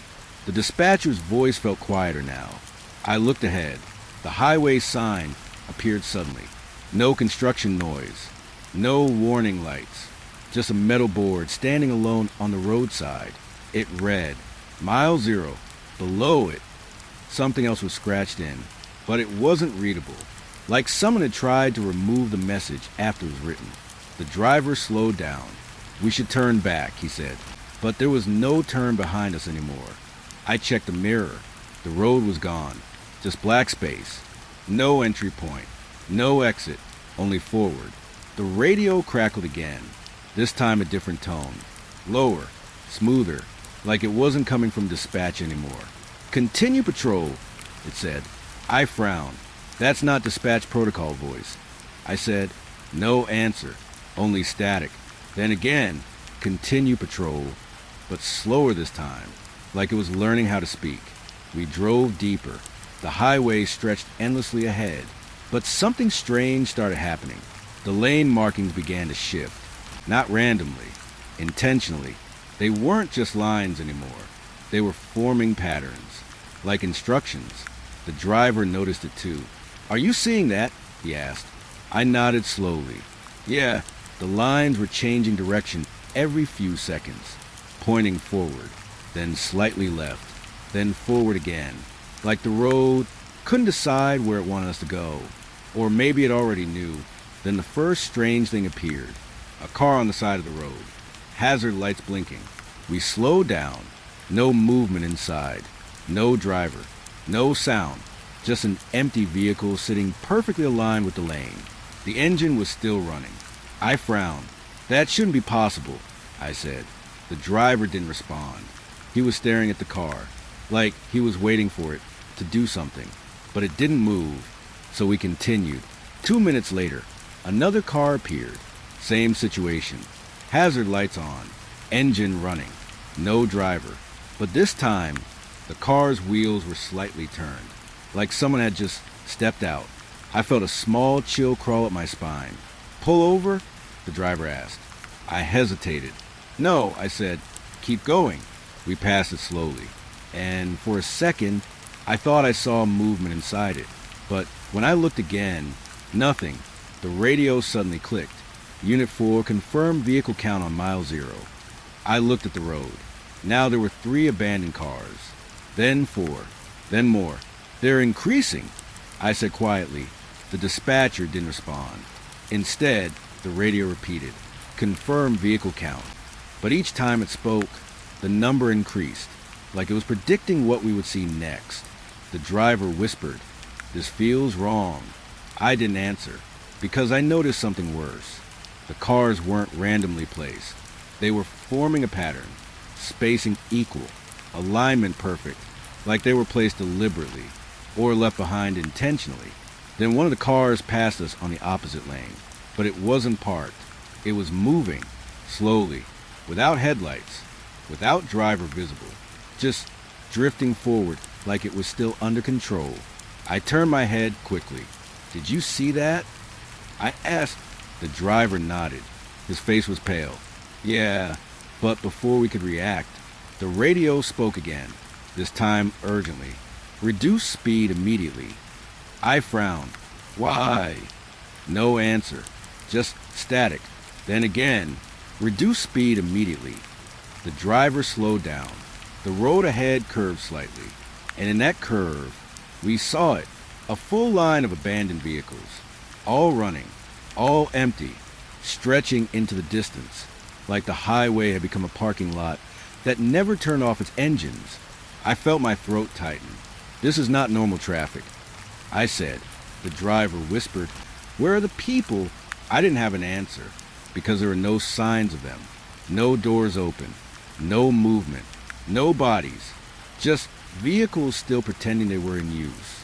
The radio suddenly changed tone again, and this time it said something that made both of us go silent. "Do not exit mile 0. I frowned. "There's no exit here anyway," I said. A pause. Then, "You already passed it." The driver slammed the brakes slightly. "What does that mean?" he asked. I looked ahead. The highway was still stretching forward, but something felt different now, like we were no longer entering it. We were already inside it, and had been for longer than we realized. The radio clicked one last time, and then the voice softened, almost calm. "You are now entering continuous route." I felt my chest tighten. "Continuous what?" I whispered. No answer, only silence. Then the road ahead brightened slightly, not from lights, but from reflection, because now every abandoned car on the highway had headlights facing us, even though no one was inside them. And in that moment, I realized the worst part. We weren't approaching mile 0. We were being added to it, one vehicle at a time. The first empty car didn't scare me. The 10th one did. By the time we reached the 3rd mile inside mile 0, it felt like the highway had stopped being a road and turned into something else, a collection point for things that were still running, but no longer belonged to anyone. "Unit 4, report current traffic density," the dispatcher said. I looked out the window before answering. I counted slowly. 1 car on the shoulder, 2 in the left lane, another drifting slightly ahead without headlights, then more beyond that. Too many to count properly now. "Hi," I said finally, but no drivers. A pause on the radio. Then, confirmed driver absence. I swallowed. Confirmed. No visible occupants. The silence that followed felt heavier than the engine sound. The driver slowed down again, not because of traffic, because of instinct.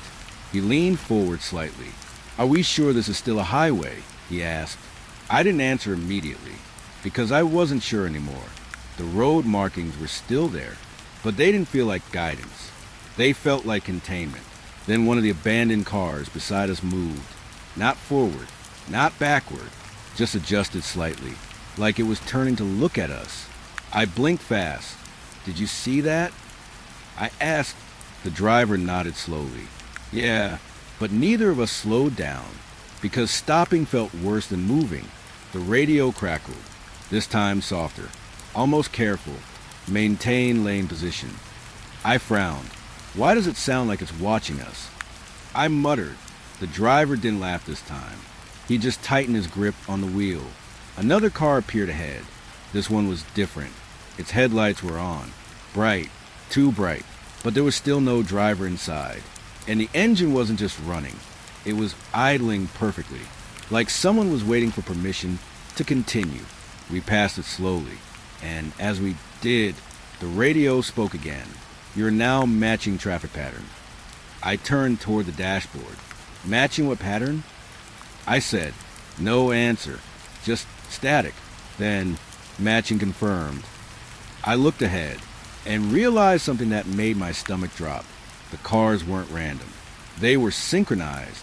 Each one placed at precise distances, each one facing the same direction, each one maintaining the same slow speed, even without drivers, even without coordination. It was like the highway itself was controlling them, or something inside it was. The driver whispered, "They're all moving the same way." I nodded slowly. Yeah, but then I noticed something worse. We were also moving the same way, at the same speed, without changing anything, without adjusting, like the system had already included us in the pattern. The radio suddenly changed tone again. Unit 4, confirm vehicle synchronization status. I frowned. What does that mean? I asked. The driver looked at me. I don't like that word, he said quietly. I keyed the mic. We are not synchronized with anything, I said firmly. A pause. Then, incorrect. One of the empty cars ahead suddenly turned its wheel, just slightly, not enough to change lanes, just enough to signal intent. Then another car did the same. Then another, a chain reaction, but no driver initiated it. I felt my throat tighten. They're responding to something. I said. The driver nodded. But not us. The radio clicked again. This time, the voice was closer. Too close. You are responding to. I froze. What are we responding to? I asked. No answer. Only a low hum through the speaker, like breathing. Then the headlights ahead shifted. All at once, every abandoned car turned their headlights toward us, not randomly, perfectly aligned. Every beam pointed directly at our patrol vehicle. The driver instinctively slowed down. What the hell, he whispered. I felt my chest tighten. We didn't trigger that, I said, but the system replied instantly. Yes, you did. The highway ahead started changing, not physically, structurally. The lane markings bent slightly, guiding us, not forward anymore, but deeper, into the center of the pattern. And I realized something I didn't want to admit. We were no longer driving through traffic. We were inside it. The radio suddenly played something new. Not voice, not instruction. A recording. Our own voices. From earlier. Confirmed driver absence. Confirmed no visible occupants. But now it repeated differently. Slightly delayed. Slightly distorted. Like the system was replaying us as part of the traffic. The driver suddenly spoke. We should turn around. I looked at him. There's no turning around, I said quietly. He frowned. What do you mean? I pointed behind us. The road we had come from wasn't visible anymore. Just more cars. More headlights. More identical motion. The radio crackled sharply. Route continuity established. I swallowed hard. Established by what? I asked. A pause. Then, by completion. That word didn't make sense. Until I looked ahead again and saw the highway narrowing. Not physically, but perceptually. Like everything was compressing into a single path, a single direction, a single outcome. Another abandoned car appeared beside us. This one different. Its windshield was cracked, and inside, I thought I saw a movement. Not a person, but an impression of one. Like something had been there recently, or was still trying to be. The driver slowed again. Do we stop? He asked. I hesitated, but before I could answer, the radio spoke softly. If you stop, you will not match. I frowned. Match what? No answer, just repetition. You will not match. The cars ahead began accelerating slightly. Not fast, just enough to change rhythm. And we followed, without meaning to, without deciding. The speed adjusted automatically, like the highway had taken over subtle control. The driver noticed it too. I didn't press the gas, he said quietly. I checked the dashboard. It was steady, but the speed was increasing anyway. The radio suddenly whispered something almost unintelligible, then cleared. You're no longer observing traffic. I felt my chest tighten. What are we observing then? I asked. The answer came instantly. You are traffic. The driver slammed the brake slightly, but the car didn't slow down immediately. It resisted for half a second, then complied, like something had to approve the action first. The driver looked at me. His face was pale. This isn't a road anymore, he said. I nodded slowly. I know. Then something happened that made everything worse. One of the abandoned cars beside us turned its headlights off. Just one, then another, then several. Not randomly, systematically. Like something was shutting them down in sequence. And the radio spoke one last time. Calm. Final. You are now integrated. I looked ahead. The highway was no longer full of abandoned cars. It was full of us. Not physically, but in repetition. Copies of movement. Copies of motion. Copies of existence. And I finally understood the truth forming around us. The cars weren't abandoned. They were waiting for us to become one of them. And somewhere deep inside the system, something had already decided our place in the pattern. The first time the radio predicted it, I thought it was coincidence. The second time, I stopped breathing. By the third time, I realized we were no longer listening to the present. We were listening to something ahead of us. Something already decided. It started with a soft crackle in the patrol speaker. No command tone. No dispatcher voice. Just static that slowly formed into words. Unit 4 reduced speed. The driver frowned. We already slowed down, he said. I leaned closer to the mic. Dispatch, confirm instruction. A pause, long enough to feel wrong. Then, instruction not yet issued. I froze. What? I whispered. The driver looked at me. That doesn't make sense. I nodded slowly. Yeah, but before I could finish, the radio spoke again. Clearer this time. Reduction will be required in 12 seconds. We both went silent. I checked the road instinctively. Nothing ahead looked different. Just endless highway, endless cars, endless headlights. But something in my chest tightened anyway, because the tone didn't feel like a warning. It felt like memory. 10 seconds, the radio said. The driver instinctively lifted his foot slightly. I didn't tell him to. He just did it, like his body believed it already. 9 seconds. I felt my throat tighten. 8 seconds. Nothing had happened yet, but the tension was already inside the air, like the road was holding its breath. 7 seconds. A car ahead flickered its headlights once. Then again. 6 seconds. The driver whispered, "This is insane." 5 seconds. I stared forward, not blinking. For seconds, the speed dropped, without input, without control. 3 seconds. Every abandoned car around us slowed slightly, in perfect sync. 2 seconds. The radio tone deepened, not louder, deeper, like it was coming from inside the road itself. 1 second. The moment it hit 0, the car ahead of us stopped. Hard. Instant. We had already slowed just enough to avoid impact. Exactly enough. Not by chance. By design. I felt my stomach drop. We weren't reacting. I whispered. The driver nodded slowly. We were following it. The radio went silent for a full 5 seconds, then spoke again. "You will now encounter stalled vehicle cluster." I frowned. What does that mean? I asked. No answer. But ahead of us, the traffic thickened. Cars stopped in strange patterns. Not accidents. Not crashes. Just arranged stoppage. Like the highway had paused in mid-motion. The driver slowed further. "Do we go around?" he asked. I hesitated, but before I could answer, the radio spoke again. "Lane change not advised." I frowned. Why not? A pause. Then, outcome already processed. That sentence made my chest tighten. What outcome? I muttered. No response. We entered the cluster. And immediately I noticed something strange.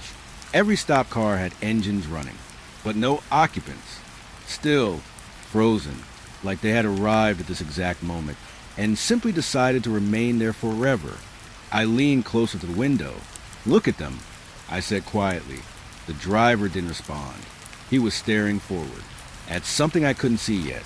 Then the radio crackled again, this time softer, almost personal. "Accident avoided." I froze. "What accident?" I asked quickly. A pause. Then, "The one you almost entered." The driver suddenly tightened his grip. "Did you hear that?" he asked. I nodded. "Yeah," but before I could say anything else, a loud metallic sound echoed ahead. Not crash, not impact, just aftermath. Like something had already happened, and we were arriving late to it. We rounded a slight bend in the highway and saw it, a cluster of vehicles. Stopped, overlapping, but no damage, no collision marks, just arranged chaos. Like something had stacked them carefully, and in the center, a gap, a perfect empty space. Waiting for something to occupy it, the radio spoke again. "You are approaching predicted zone." I frowned. Predicted by what? No answer, only static. Then, arrival confirmed. The driver slowed even more.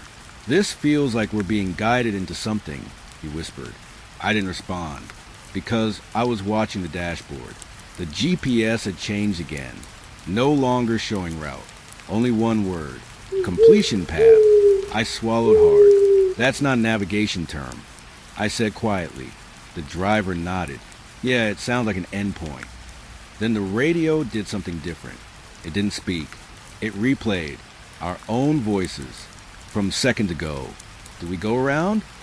"Lane change not advised." But now, slightly distorted, like it was remembering us incorrectly. The driver suddenly looked tense. "Something's wrong with the timing," he said. I frowned. "What do you mean?" He pointed ahead. "The cars, they're moving before the radio says they do." I looked, and he was right. A vehicle ahead started rolling forward, but the radio hadn't announced anything yet. Then, 3 seconds, the radio said. I froze. The driver whispered, "It's repeating again." 2 seconds. The moving car stopped exactly where it should. 1 second, then silence. I looked at the driver. "We're not reacting anymore," I said slowly. He nodded. "We're anticipating." The radio spoke again, this time almost satisfied. Synchronization achieved. I felt a cold pressure in my chest. Achieved by what? I asked. No answer. Just a new message. Next prediction. Stationary event. I frowned. Stationary what? The driver looked ahead, and then I saw it. The road ahead was completely blocked. Not by accident, not by crash, but by arrangement. Every car positioned perfectly. No gaps, no movement, just stillness, waiting. The radio spoke softly. "You will stop." I felt my throat tighten. "No," I said quietly. But the driver was already easing off the accelerator. Without being told, without thinking, the car slowed. Naturally, predictably, the radio whispered again. "You always do." And then, for the first time, I realized something terrifying. It wasn't predicting the future. It was correcting us into it.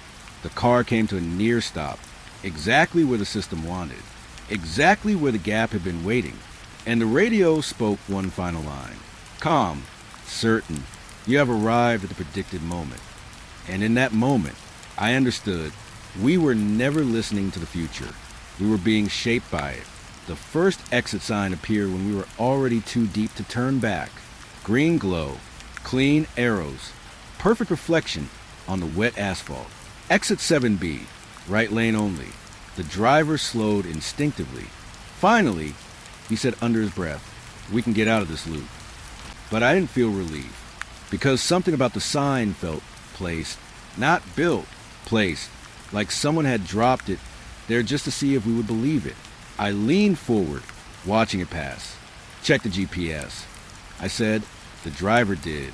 His face tightened immediately. "There's no exit here on the map," he said. I nodded slowly. "Yeah, I know." But the sign was still there. Clear, physical, impossible to ignore. The radio crackled softly. Not urgent, not warning, just calm. "Exit available." I frowned. Since when does the radio confirm exits? I muttered. No response. Just silence. Then again, "Exit available." Slightly closer this time, like it had moved. The driver pointed. "There," he said. Another exit sign. Same shape, same glow, but different number. "Exit 12C, right lane only." I looked at it, then back at the first one. They shouldn't both exist, but they did, side by side, like duplicates of a decision. We take one, the driver said. I shook my head. No, something's wrong. But the road didn't agree, because the lane markings began shifting again, subtly guiding us, pulling us toward the right lane, not aggressively, just gently, like suggestion becoming instruction. The radio spoke again. You are approaching decision point. I frowned. What decision? I asked. No answer. Just static. Then, decision will be made automatically. I felt my chest tighten. Automatically by what? I muttered, but before I could get an answer, the steering wheel moved slightly on its own. Not violently. Just enough. Just controlled. The driver grabbed it immediately. What the hell is that? He said. I stared at the dashboard. The system wasn't showing warnings. No faults. No errors. Just stability. Perfect stability. And that was the worst part. We passed exit 7B. It didn't feel like passing. It felt like ignoring something that expected us to obey. The moment we did, the radio clicked. Soft. Disappointed. Exit declined. I frowned.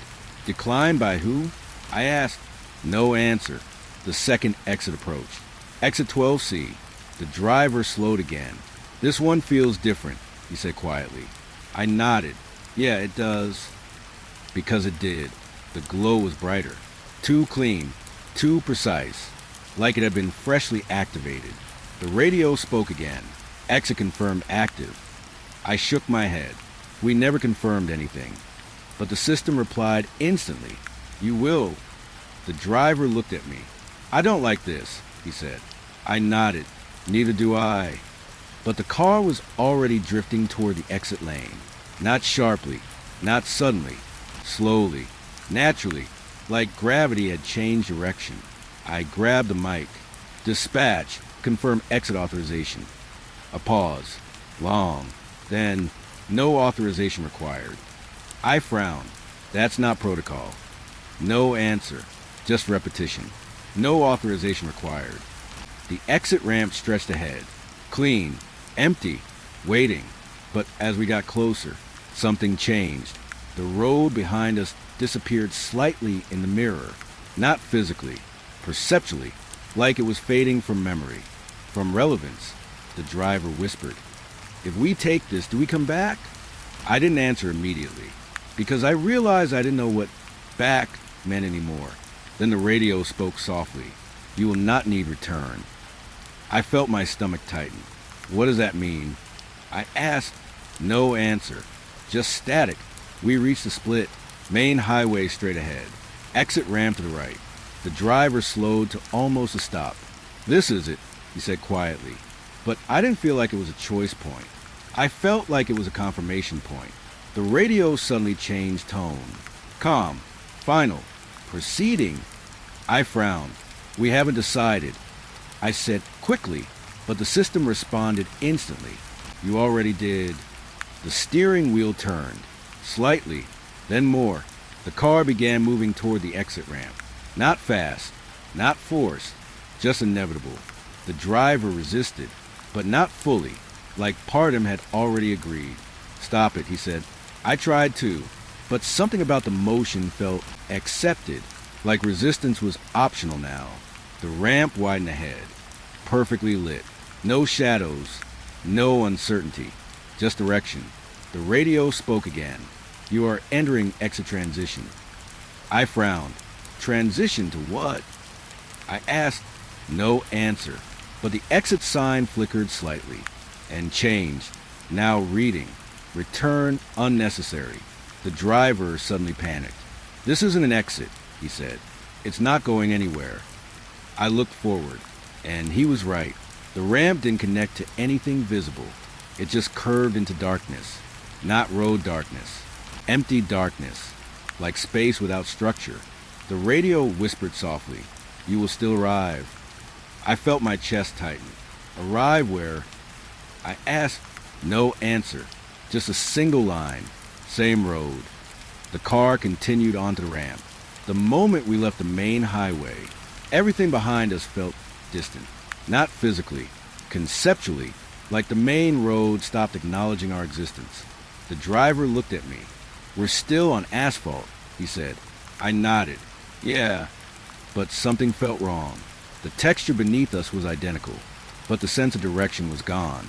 No forward, no back, just continuation. Then the radio clicked again, and spoke something that made my skin go cold. "You have exited and remained." I frowned. "What does that mean?" I whispered. No answer, but the ramp ahead began looping. Slightly, barely noticeable at first. Then clearer. We weren't descending. We were curving, back towards something familiar. The driver whispered, "We're coming back to it." I looked ahead and saw it. The highway. Same traffic. Same abandoned cars. Same headlights. We were rejoining it. From the exit that was supposed to leave it. The radio spoke one final time. Calm. Certain. You never left the highway. And in that moment, I realized the exit signs were never directions. They were tests. And we had passed every one of them. Wrongly. The moment I saw the same mile marker twice, I stopped pretending. Not the driver. Not the radio. Not the road. I stopped pretending we were moving forward. Because we weren't. We were circling something that didn't want to be noticed. Mile 0, it flashed again on the roadside. Same metal sign. Same scratches near the bottom. Same tilt to the pole, like it had been standing there for years. The driver slowed instinctively. "Didn't we pass this already?" he asked. I didn't answer right away, because I was already checking the patrol log screen, and my stomach dropped. Time en route. 11 hours, 18 minutes. I blinked. "That's not right," I said quietly. The driver frowned. "What do you mean?" I pointed at the clock. "It's been maybe 2 hours. He looked at it, then back at the road, then back at me, and I saw it hit him slowly, like reality was lagging inside his mind. The radio crackled softly. No urgency, no change in tone, just confirmation. Duration matched. I frowned immediately. Matched to what? I asked. No answer, just a second line. Pattern cycle confirmed. The driver suddenly slowed more. "Look at the cars," he said. I turned, and my chest tightened, because the abandoned vehicles weren't just parked anymore. They were repeating positions, exact positions, like the entire highway had been copied and pasted forward. A red sedan, same broken taillight, same dented rear bumper. We passed it once, then again, except it wasn't again. It was the same car appearing in different places, or us moving through the same place repeatedly. I couldn't tell anymore. "Are we looping?" the driver asked quietly. I didn't want to answer, because the GPS had already answered for me. No route change detected, but underneath it, a second line appeared. Cycle frequency. Stable. The radio suddenly spoke. Soft, almost gentle. "You are maintaining correct path." I frowned. "This is not a path," I said. "It's a loop." No response. Then, "Loop is path." I felt a chill crawl up my spine. "That's not how roads work." I whispered. The radio answered instantly. "This is not a road." The driver looked at me sharply. "What does that mean?" But before I could respond, we passed the same exit sign again. Exit 12C, right lane only. Same glow, same angle, same impossible presence. The driver slowed instantly. "I swear we already passed this," he said. I nodded. "We did." The radio crackled again. "You're within mile loop 0. I frowned. "Mile loop?" I repeated. The system responded instantly. Correct designation. The driver suddenly hit the brakes slightly. The car didn't fully respond. It resisted, then complied, like something inside the system had to approve the stop. He looked at me, panic creeping in. "The cars are reacting right," he said. I already knew, because I could feel it too. Every movement was delayed by something invisible, like permission was being checked before action. The radio spoke again. "You will complete loop at 11 hours, 18 minutes. I froze. "That's the time on the log," I whispered. The driver turned to me slowly. So it already knows when we finish? I didn't answer, because the more terrifying thought was forming. Maybe we already had. The road ahead looked identical again. Same cluster of abandoned cars. Same headlights pointing nowhere. Same perfect spacing. But something subtle changed. The sky felt darker. Not night darker. Compressed darker. Like it was closer to the road than before. Then I noticed something on the dashboard. The patrol log was updating by itself. But not forward. Backward. Entries rewriting. Overwriting. Correcting themselves. 11:12 hours. Loop stable. 11:10 hours. Loop stable. 11:08 hours. Loop stable. I felt my throat tighten. It's adjusting our time, I said. The driver whispered. Why? I didn't have an answer, but the radio did. To maintain continuity. We passed the same car again. But this time, I saw something inside it. A silhouette. Still, not moving. Watching. And I realized something horrible. We weren't passing abandoned cars. We were passing versions of ourselves that hadn't continued yet. The driver suddenly spoke quietly. I think I remember this stretch, he said. I looked at him. What do you mean? He frowned, like I've driven before. I felt my chest tighten. So have I admitted. The radio clicked again, and this time the voice felt closer. Too close. You are remembering correctly. I swallowed. What are we remembering? I asked. No answer. Just repetition. Correctly. The driver suddenly looked ahead again, and I saw it too. The mile zero sign. Again. Same scratches. Same placement. Same impossible return. I felt something break in my thinking. This is impossible. I said out loud. The radio responded instantly. Impossibility not detected. The driver whispered. We're not moving forward. I nodded slowly. No. He turned to me. Then what are we doing? I looked at the road, at the cars, at the repeating signs, at the identical horizon, and finally said the truth I didn't want to say. We're staying. The radio went silent for a full 3 seconds, then spoke softly. You have always stayed. I felt my chest tighten. No, I whispered. We entered this. The system responded instantly. Incorrect perspective. The sky darkened slightly again, but I noticed something worse. The dashboard clock didn't change anymore. It just held, frozen, at 11:18 hours, waiting, not progressing, just confirming. The driver suddenly spoke quietly. If we never left, what was the exit? I looked at him, and for the first time, I didn't have denial left, just understanding. The exit wasn't out. I said slowly. He frowned. Then what was it? I stared at the road ahead, at the looping highway, at the repeating mile zero sign, and answered. It was just another way back in. The radio clicked one final time, and the voice came through. Calm. Final. You are still operating within mile loop zero. I closed my eyes briefly, because I finally understood. There was no arrival, no exit, no deviation. Only repetition with awareness increasing each time. And somewhere deep inside the system, the highway didn't end. It only continued remembering us. It started when I saw the same incident twice, but on 2 different nights. That's when I knew something was wrong with the shift. The first call came in at 1:14 a.m. Domestic disturbance, Sector 6 apartment block. Standard, routine, nothing unusual. We responded like always. Lights on, sirens low, controlled urgency.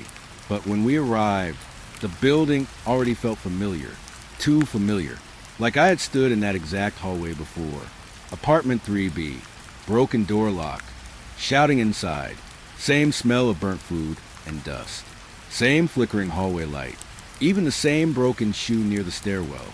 I remember thinking, that's strange, but I didn't question it yet. Because the situation was still normal enough to ignore the feeling. We resolved it quickly. 2 minutes of verbal control. 1 detained individual. 1 warning issued. Report filed. Done. We left at 1:41 a.m. Everything clean. Everything recorded. Everything standard. But the second night, changed everything. Because at 1:14 a.m. again, we got the exact same call. Same location. Same apartment number. Same wording. I remember staring at the dispatch screen longer than I should have. Is this a duplicate? I asked. The dispatcher shook her head. No, it's a new incident. But I already felt that cold pressure in my chest because I remembered it. We drove there again. Same route, same streetlight flicker at the corner, same dog barking once behind the wall, even the same broken traffic sign tilted slightly to the left. I started noticing details I shouldn't have remembered, but I did, and that's what scared me. When we reached the building again, the hallway light was already flickering. Again, the shoe was still there. Again, the air smelled the same. Again, but this time, I whispered something without thinking. We were here yesterday. The driver looked at me. What? I didn't answer, because I wasn't sure if I meant it literally, or something worse. Apartment 3B. The door was already slightly open. Again, but I knew we had closed it yesterday. I remembered closing it. We entered carefully. Same argument inside.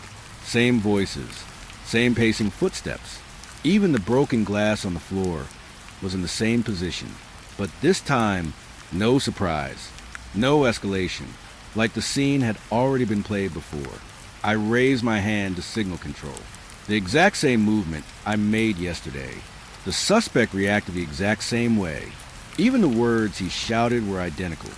I felt my stomach tighten because I realized this wasn't repetition. It was replay. We finished the arrest again. Same timing, same resistance, same report. Even the radio confirmation came at the exact same second. Unit clear.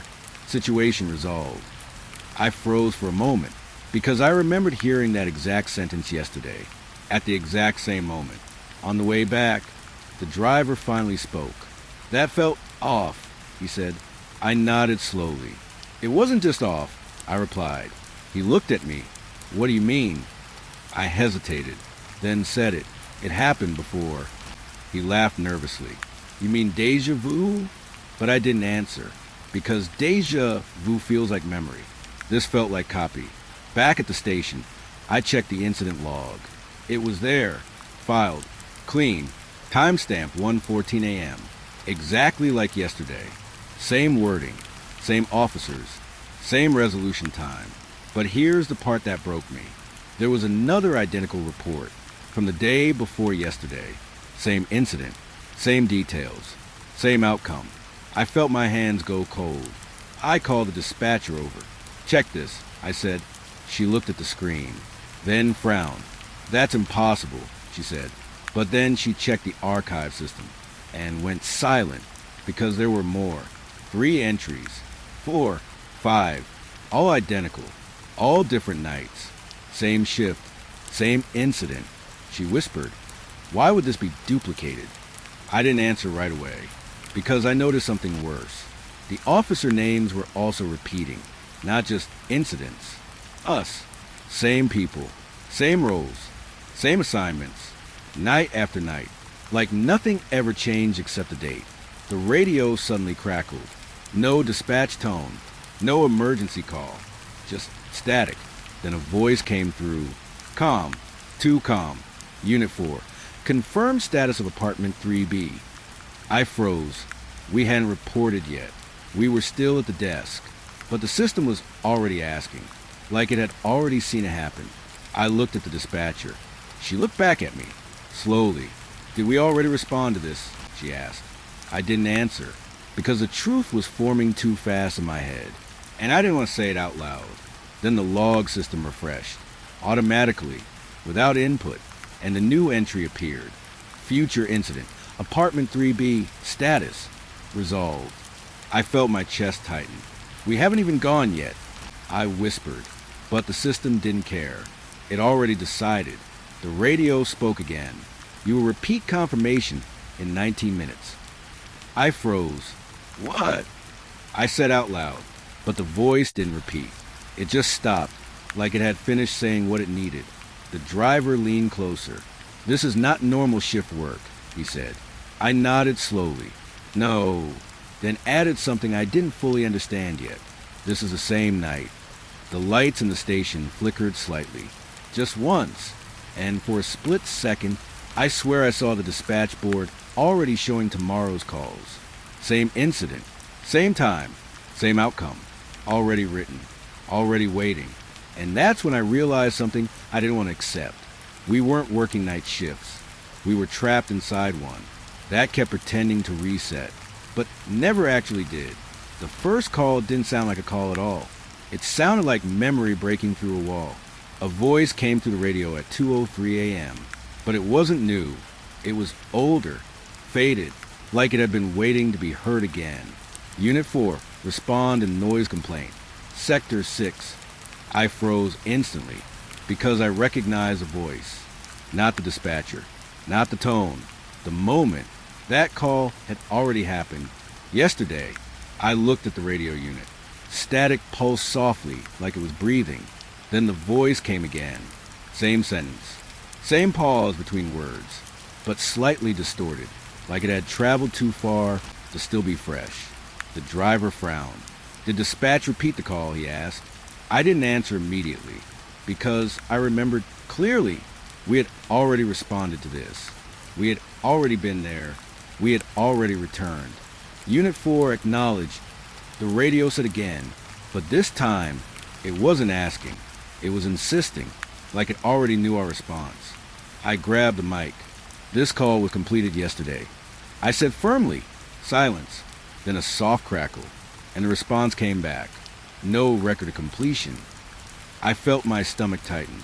That's not possible, I muttered, but the system didn't care about possibility, only repetition. The driver leaned forward. What do we do? He asked. I didn't answer, because another voice came through, and this one made my blood go cold.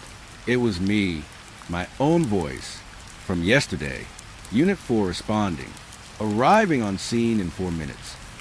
I froze, because I remembered saying that, word for word. Same tone, same timing, same night. The radio replay continued, not as a recording, as live speech, but delayed, like time was folding over itself. I heard myself again. Apartment secured. Suspect detained. The driver looked at me. Did you say that already? I nodded slowly. Yesterday. He frowned. So why is it on the radio now? I didn't have an answer, but the radio did, because it is still occurring. I felt a chill crawl up my spine. What does that mean? I asked. No response. Only static. Then another voice appeared. Not mine. The dispatcher's. Calm. Controlled. Unit 4 confirmed clearance. But it sounded older, like it had been replayed too many times. The driver suddenly stopped the car slightly. This is impossible, he whispered. I agreed silently. But the radio wasn't done, because now it started layering voices. Multiple calls. All from different times. All overlapping. All speaking at once. Unit 4, proceed. Unit 4, acknowledge. Unit 4, report status. Unit 4, you are late. Each one slightly out of sync. Each one from a different night. But all of them aimed at us. I cover my ears instinctively. Turn it off, I said. The driver tried. But the radio knob didn't respond. It wasn't mechanical anymore. It felt controlled. Like input didn't matter. Then one voice cut through everything.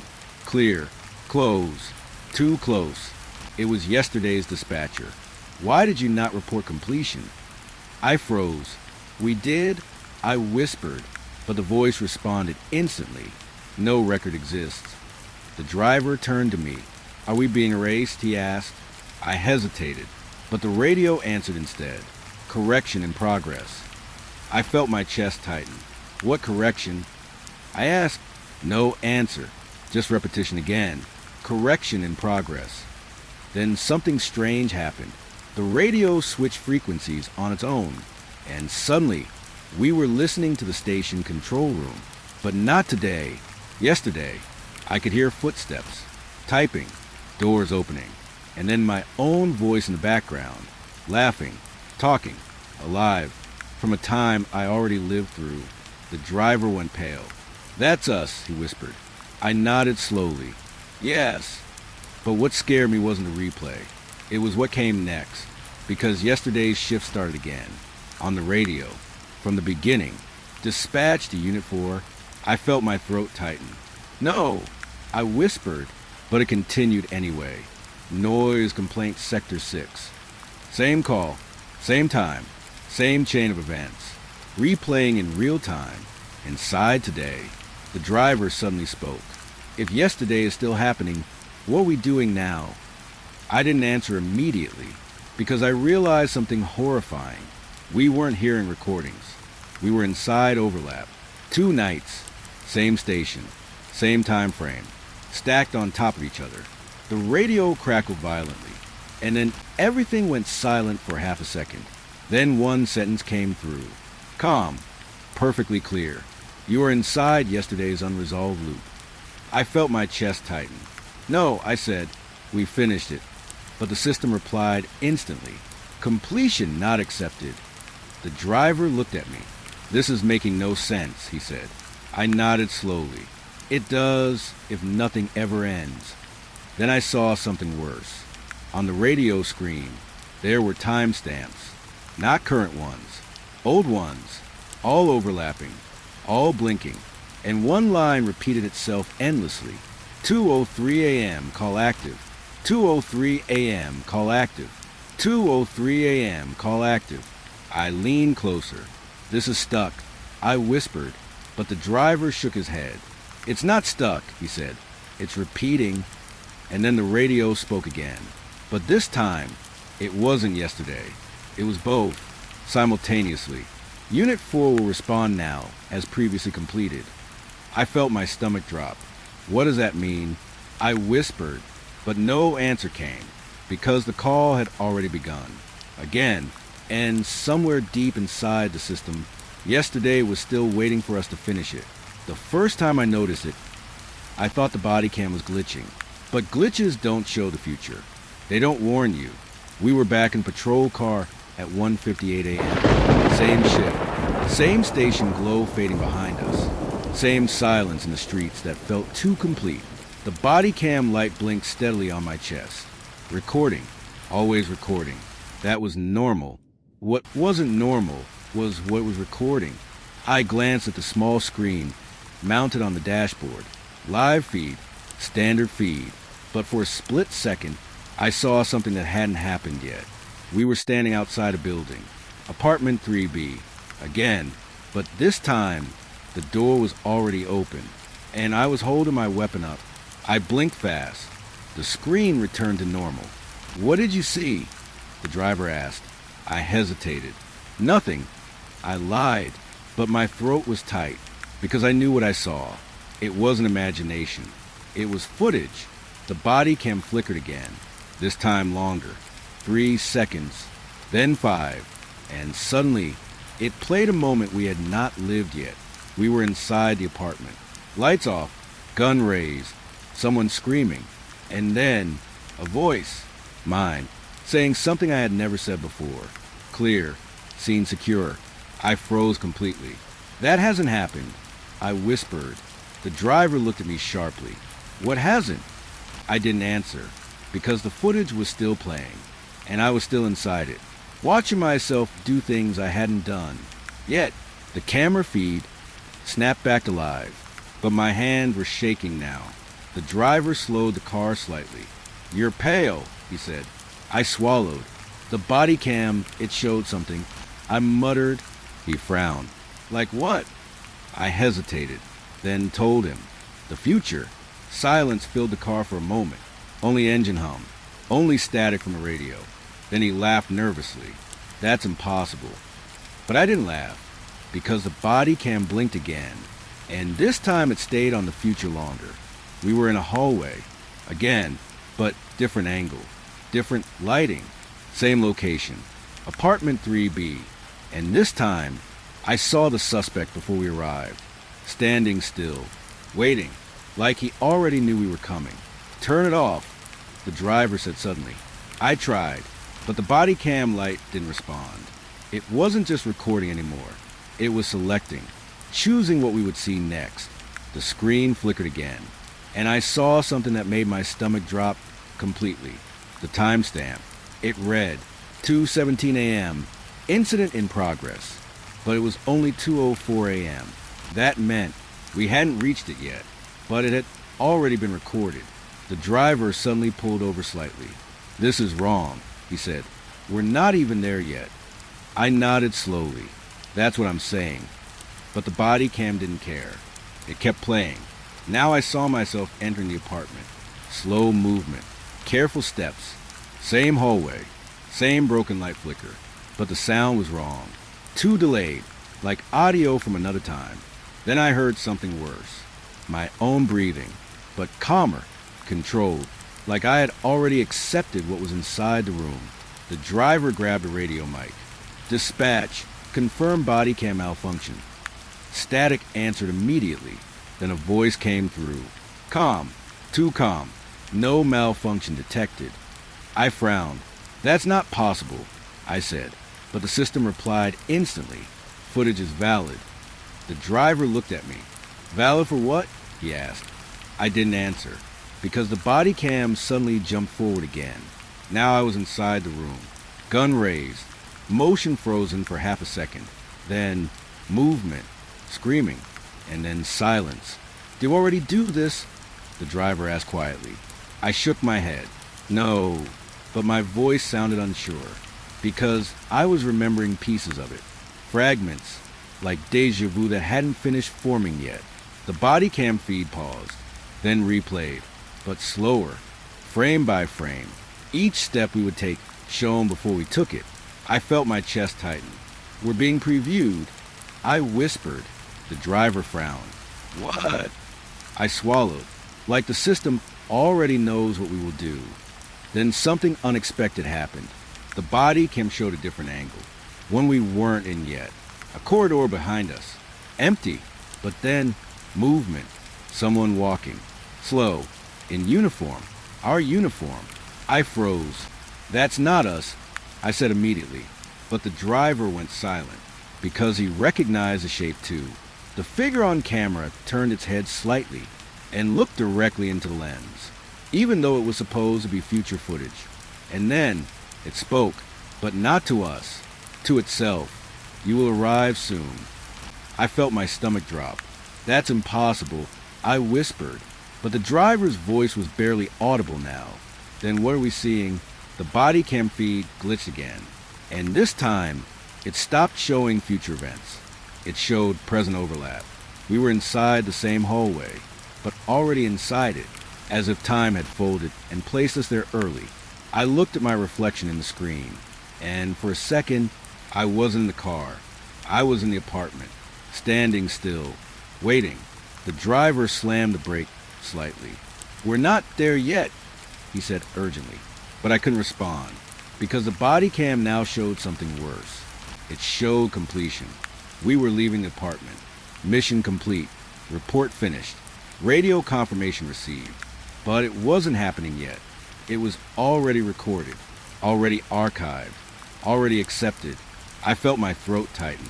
"This means we don't have a choice," I whispered. The driver looked at me. "What do you mean?" I pointed at the screen. It already decided how this ends. The radio suddenly crackled, and the voice came through. "Calm. Final. Proceeding to recorded outcome." I froze. "No," I said quickly. "We haven't done it yet." But the system replied instantly. "Incorrect timing perception."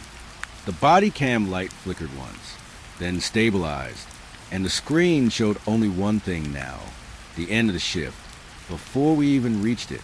And in that moment, I realized something terrifying. We weren't being recorded. We were being replayed. I saw him in the parking lot before I saw him inside the station. That was the first thing that didn't make sense, because he was off duty. I remembered signing his shift completion myself. I remembered watching him leave. But there he was again, standing under the floodlight, still in uniform, still on patrol, like nothing had ended. "Do you see that?" the driver asked quietly. I didn't answer immediately, because I was trying to convince myself I was wrong. But I wasn't. It was Officer Hale, Same posture, same tired stance, same cigarette in his hand like he had never stopped smoking from last night. I stepped out of the patrol car slowly. Cold air hit my face. The station building was behind him, lit up, too normal, too calm. But Hale wasn't moving. He was just standing there, watching nothing. Or maybe watching us. "Hale!" I called out. No response. He didn't even blink. That was the first thing that felt wrong. Because Hale always reacted fast. Always alert. Always aware. But now, he felt like a paused version of himself. The driver followed behind me. "He's supposed to be home," he said. I nodded slowly. "I know." But I didn't like how certain I felt about it. Because I remembered him leaving. Door closing. Radio off. Shift ended. And yet, here he was. Still here. I walked closer. "Officer Hale," I said again, this time louder. His head tilted slightly. Not toward me, just slightly, like sound had reached him late. Then he finally spoke, but his voice was wrong. Flat, empty. "I am on patrol," he said. I froze.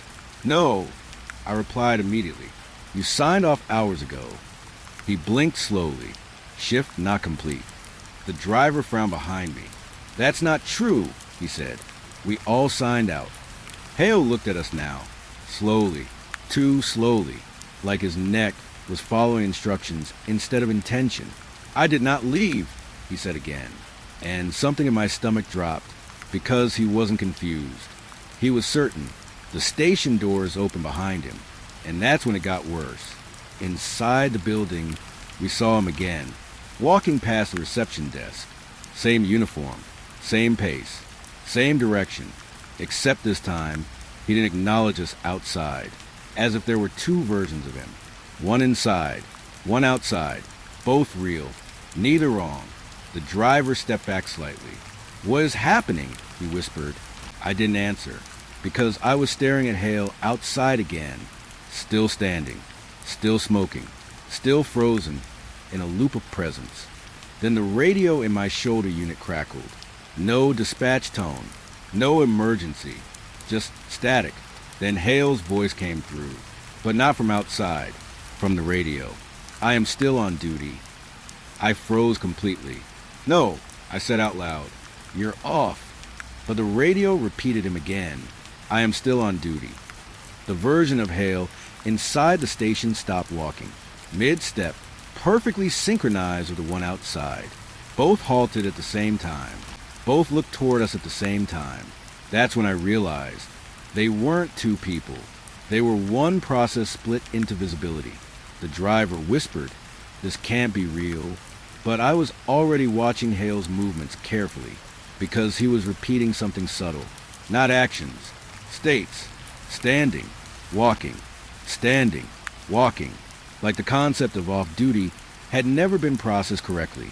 The radio suddenly spoke again. "Officer Hale status. Active." I shook my head. "That's incorrect." I said immediately, but the system replied. "Correction denied." The Hale inside the station turned toward the hallway, then paused again, then resumed walking. Outside Hale did the exact same motion, delayed by half a second, like echo following original, or original following echo. The driver looked at me. "This is like duplication," he said. I nodded slowly. "No." I swallowed. "It's continuity failure."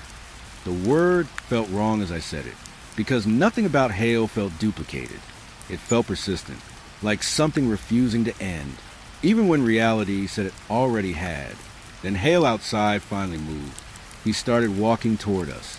Slow, calm, but not threatening, just inevitable, like he had already walked this path before, many times. I raised my hand slightly. "Stop," I said. He didn't stop, but he also didn't speed up. He just kept coming, measured, predictable, like he knew exactly where this moment ended. The driver stepped closer to me. "What do we do?" he asked. I didn't answer, because the Hale inside the station had now stopped completely and was staring directly at the exit door, watching his other self approach us. The radio clicked again, and Hale's voice came through once more, but softer now. "I never left because leaving is not recorded. I felt a chill run through my body. What does that mean? I whispered. No answer, just repetition. I never left. The hail outside stopped a few feet away, close enough now to see his face clearly, tired, unchanging, like time had stopped affecting him. He looked at me and said something quietly. I am still assigned. I shook my head. You're off shift. But he repeated it again. I am still assigned. The driver suddenly stepped back. Sir, he said to Hale, you're not on duty. You're supposed to be home. Hale tilted his head slightly, like processing error, then responded, home is not part of assignment. That sentence made my chest tighten. Then something worse happened. The Hale inside the station turned and walked toward the exit, but he didn't open the door. He just walked through it, like it wasn't solid. And when he passed through, the Hale outside stopped moving. Completely. Mid-step. Frozen. I felt my throat go dry. No, I whispered, because I understood what I was seeing now. He wasn't duplicated. He was layered. One version always inside, one always outside, neither able to leave the system that defined him. The radio spoke one final time. Calm. Final. Officer Hale remains on active duty across all states. I felt my chest tighten. All states. I repeated quietly, but there was no answer, only silence. Then both versions of Hale looked at me, exactly at the same time, and said one thing together. I did not leave. And in that moment, I realized something horrifying. Some officers weren't trapped in shifts. They were trapped in being present in every shift that never ended. The evidence room was supposed to be the safest place in the station. Locked, logged, controlled access only. That's what they told us.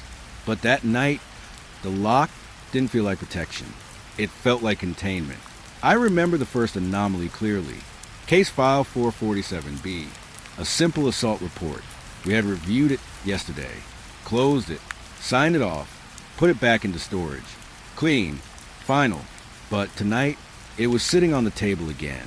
Open, waiting. I looked at the clerk. This file was archived. I said. He frowned. No, he replied. It was never finalized. I stared at him. I signed it myself. He shook his head slowly. No signature exists. That's when I felt the first real crack in my certainty. The driver was with me. He opened the file slowly. Same pages, same photos, same report. But something was missing. The final approval stamp. The one I clearly remembered pressing. I remember closing this. I said quietly. The clerk looked uncomfortable. Then why is it still active? He asked. I didn't answer, because I was already noticing something worse. The timestamp had changed. Case file 447B, review status. Pending. I frowned. That's wrong, I said immediately. The clerk leaned closer. What does it say now? I pointed. Pending. He shook his head. That's not how archive files behave. The radio in the evidence room crackled softly. No dispatch tone, just static. Then a voice came through. Calm, too calm. Evidence review initiated. I froze. We didn't initiate anything, I said. No response, just repetition. Review initiated. The driver flipped the page and stopped. His face changed instantly. What is this? He asked. I leaned closer, and my stomach dropped, because the next page wasn't from yesterday. It was from tomorrow. Same file, same case number, but different outcome. Suspect detained. Officer unit clears scene at 2:18 a.m. I felt my throat tighten.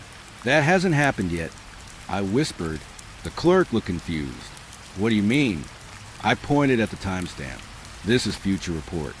The radio spoke again. You are reviewing completed cycle. I shook my head. No, this is not completed. But the system responded instantly. Completion already registered. The driver suddenly closed the file. Hard, but the moment he did, it reopened itself. Slowly. By itself. Like something inside the system refused closure. This is not normal, the clerk said. I nodded. No. But I noticed something else now. The room felt slightly different. like it had shifted, not physically, temporally. I looked at the other files. They were all labeled, but the labels were changing. Before my eyes, case numbers rewriting themselves, dates adjusting, outcomes shifting, like the room was correcting reality based on something unseen. The radio crackled again, and this time the voice was closer. Inside the room, you will review until consistent outcome is achieved. I felt a chill crawl up my spine. What does that mean? I asked. No answer, just repetition. Consistent outcome. The driver backed away slightly. This file, it's changing every time we look at it, he said. I nodded slowly. That's the point. He frowned. What point? I didn't answer, because I was already seeing the pattern. Every time we reviewed the file, it updated, like observation itself was editing reality. I opened the file again, against my better judgment, and the content changed immediately. This time, the suspect was not detained. This time, we never arrived. This time, the incident was still ongoing. I felt my stomach drop. It's rewriting based on us. I whispered. The clerk suddenly spoke. If it's changing which version is real. I looked at him, and for the first time, I didn't have an answer. The radio responded instead. All versions are valid until observed. I frowned. That makes no sense, I said. But the system continued. Observation collapses outcome. The driver looked at me. So every time we check it, it changes? I nodded slowly. Yes. He swallowed. Then we can never confirm anything. I looked at the file again and realized something worse. We were trapped in verification loops, not events. The radio crackled again. Evidence room loop active. I shook my head. No, I whispered. We're just reviewing files. But the system corrected me instantly. You are inside review cycle. The clerk suddenly stepped back from the table. Why does it feel like we've done this before? He asked. I looked at him sharply, because I felt it too. Same conversation, same confusion, same loop of discovery. Then I saw it, on the file page, a note at the bottom, written in my handwriting. But I hadn't written it yet. It said, stop checking. It resets on observation. I felt my breath stop. That's not possible, I whispered, but the driver saw it too, and went pale. The radio suddenly went silent for 5 seconds, then spoke softly. You have observed enough. I frowned. What happens now? I asked. No answer, just a final line. Reset required.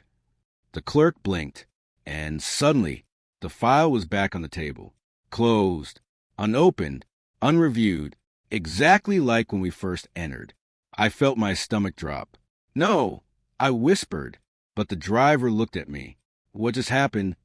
I didn't answer, because I already knew. We had reset.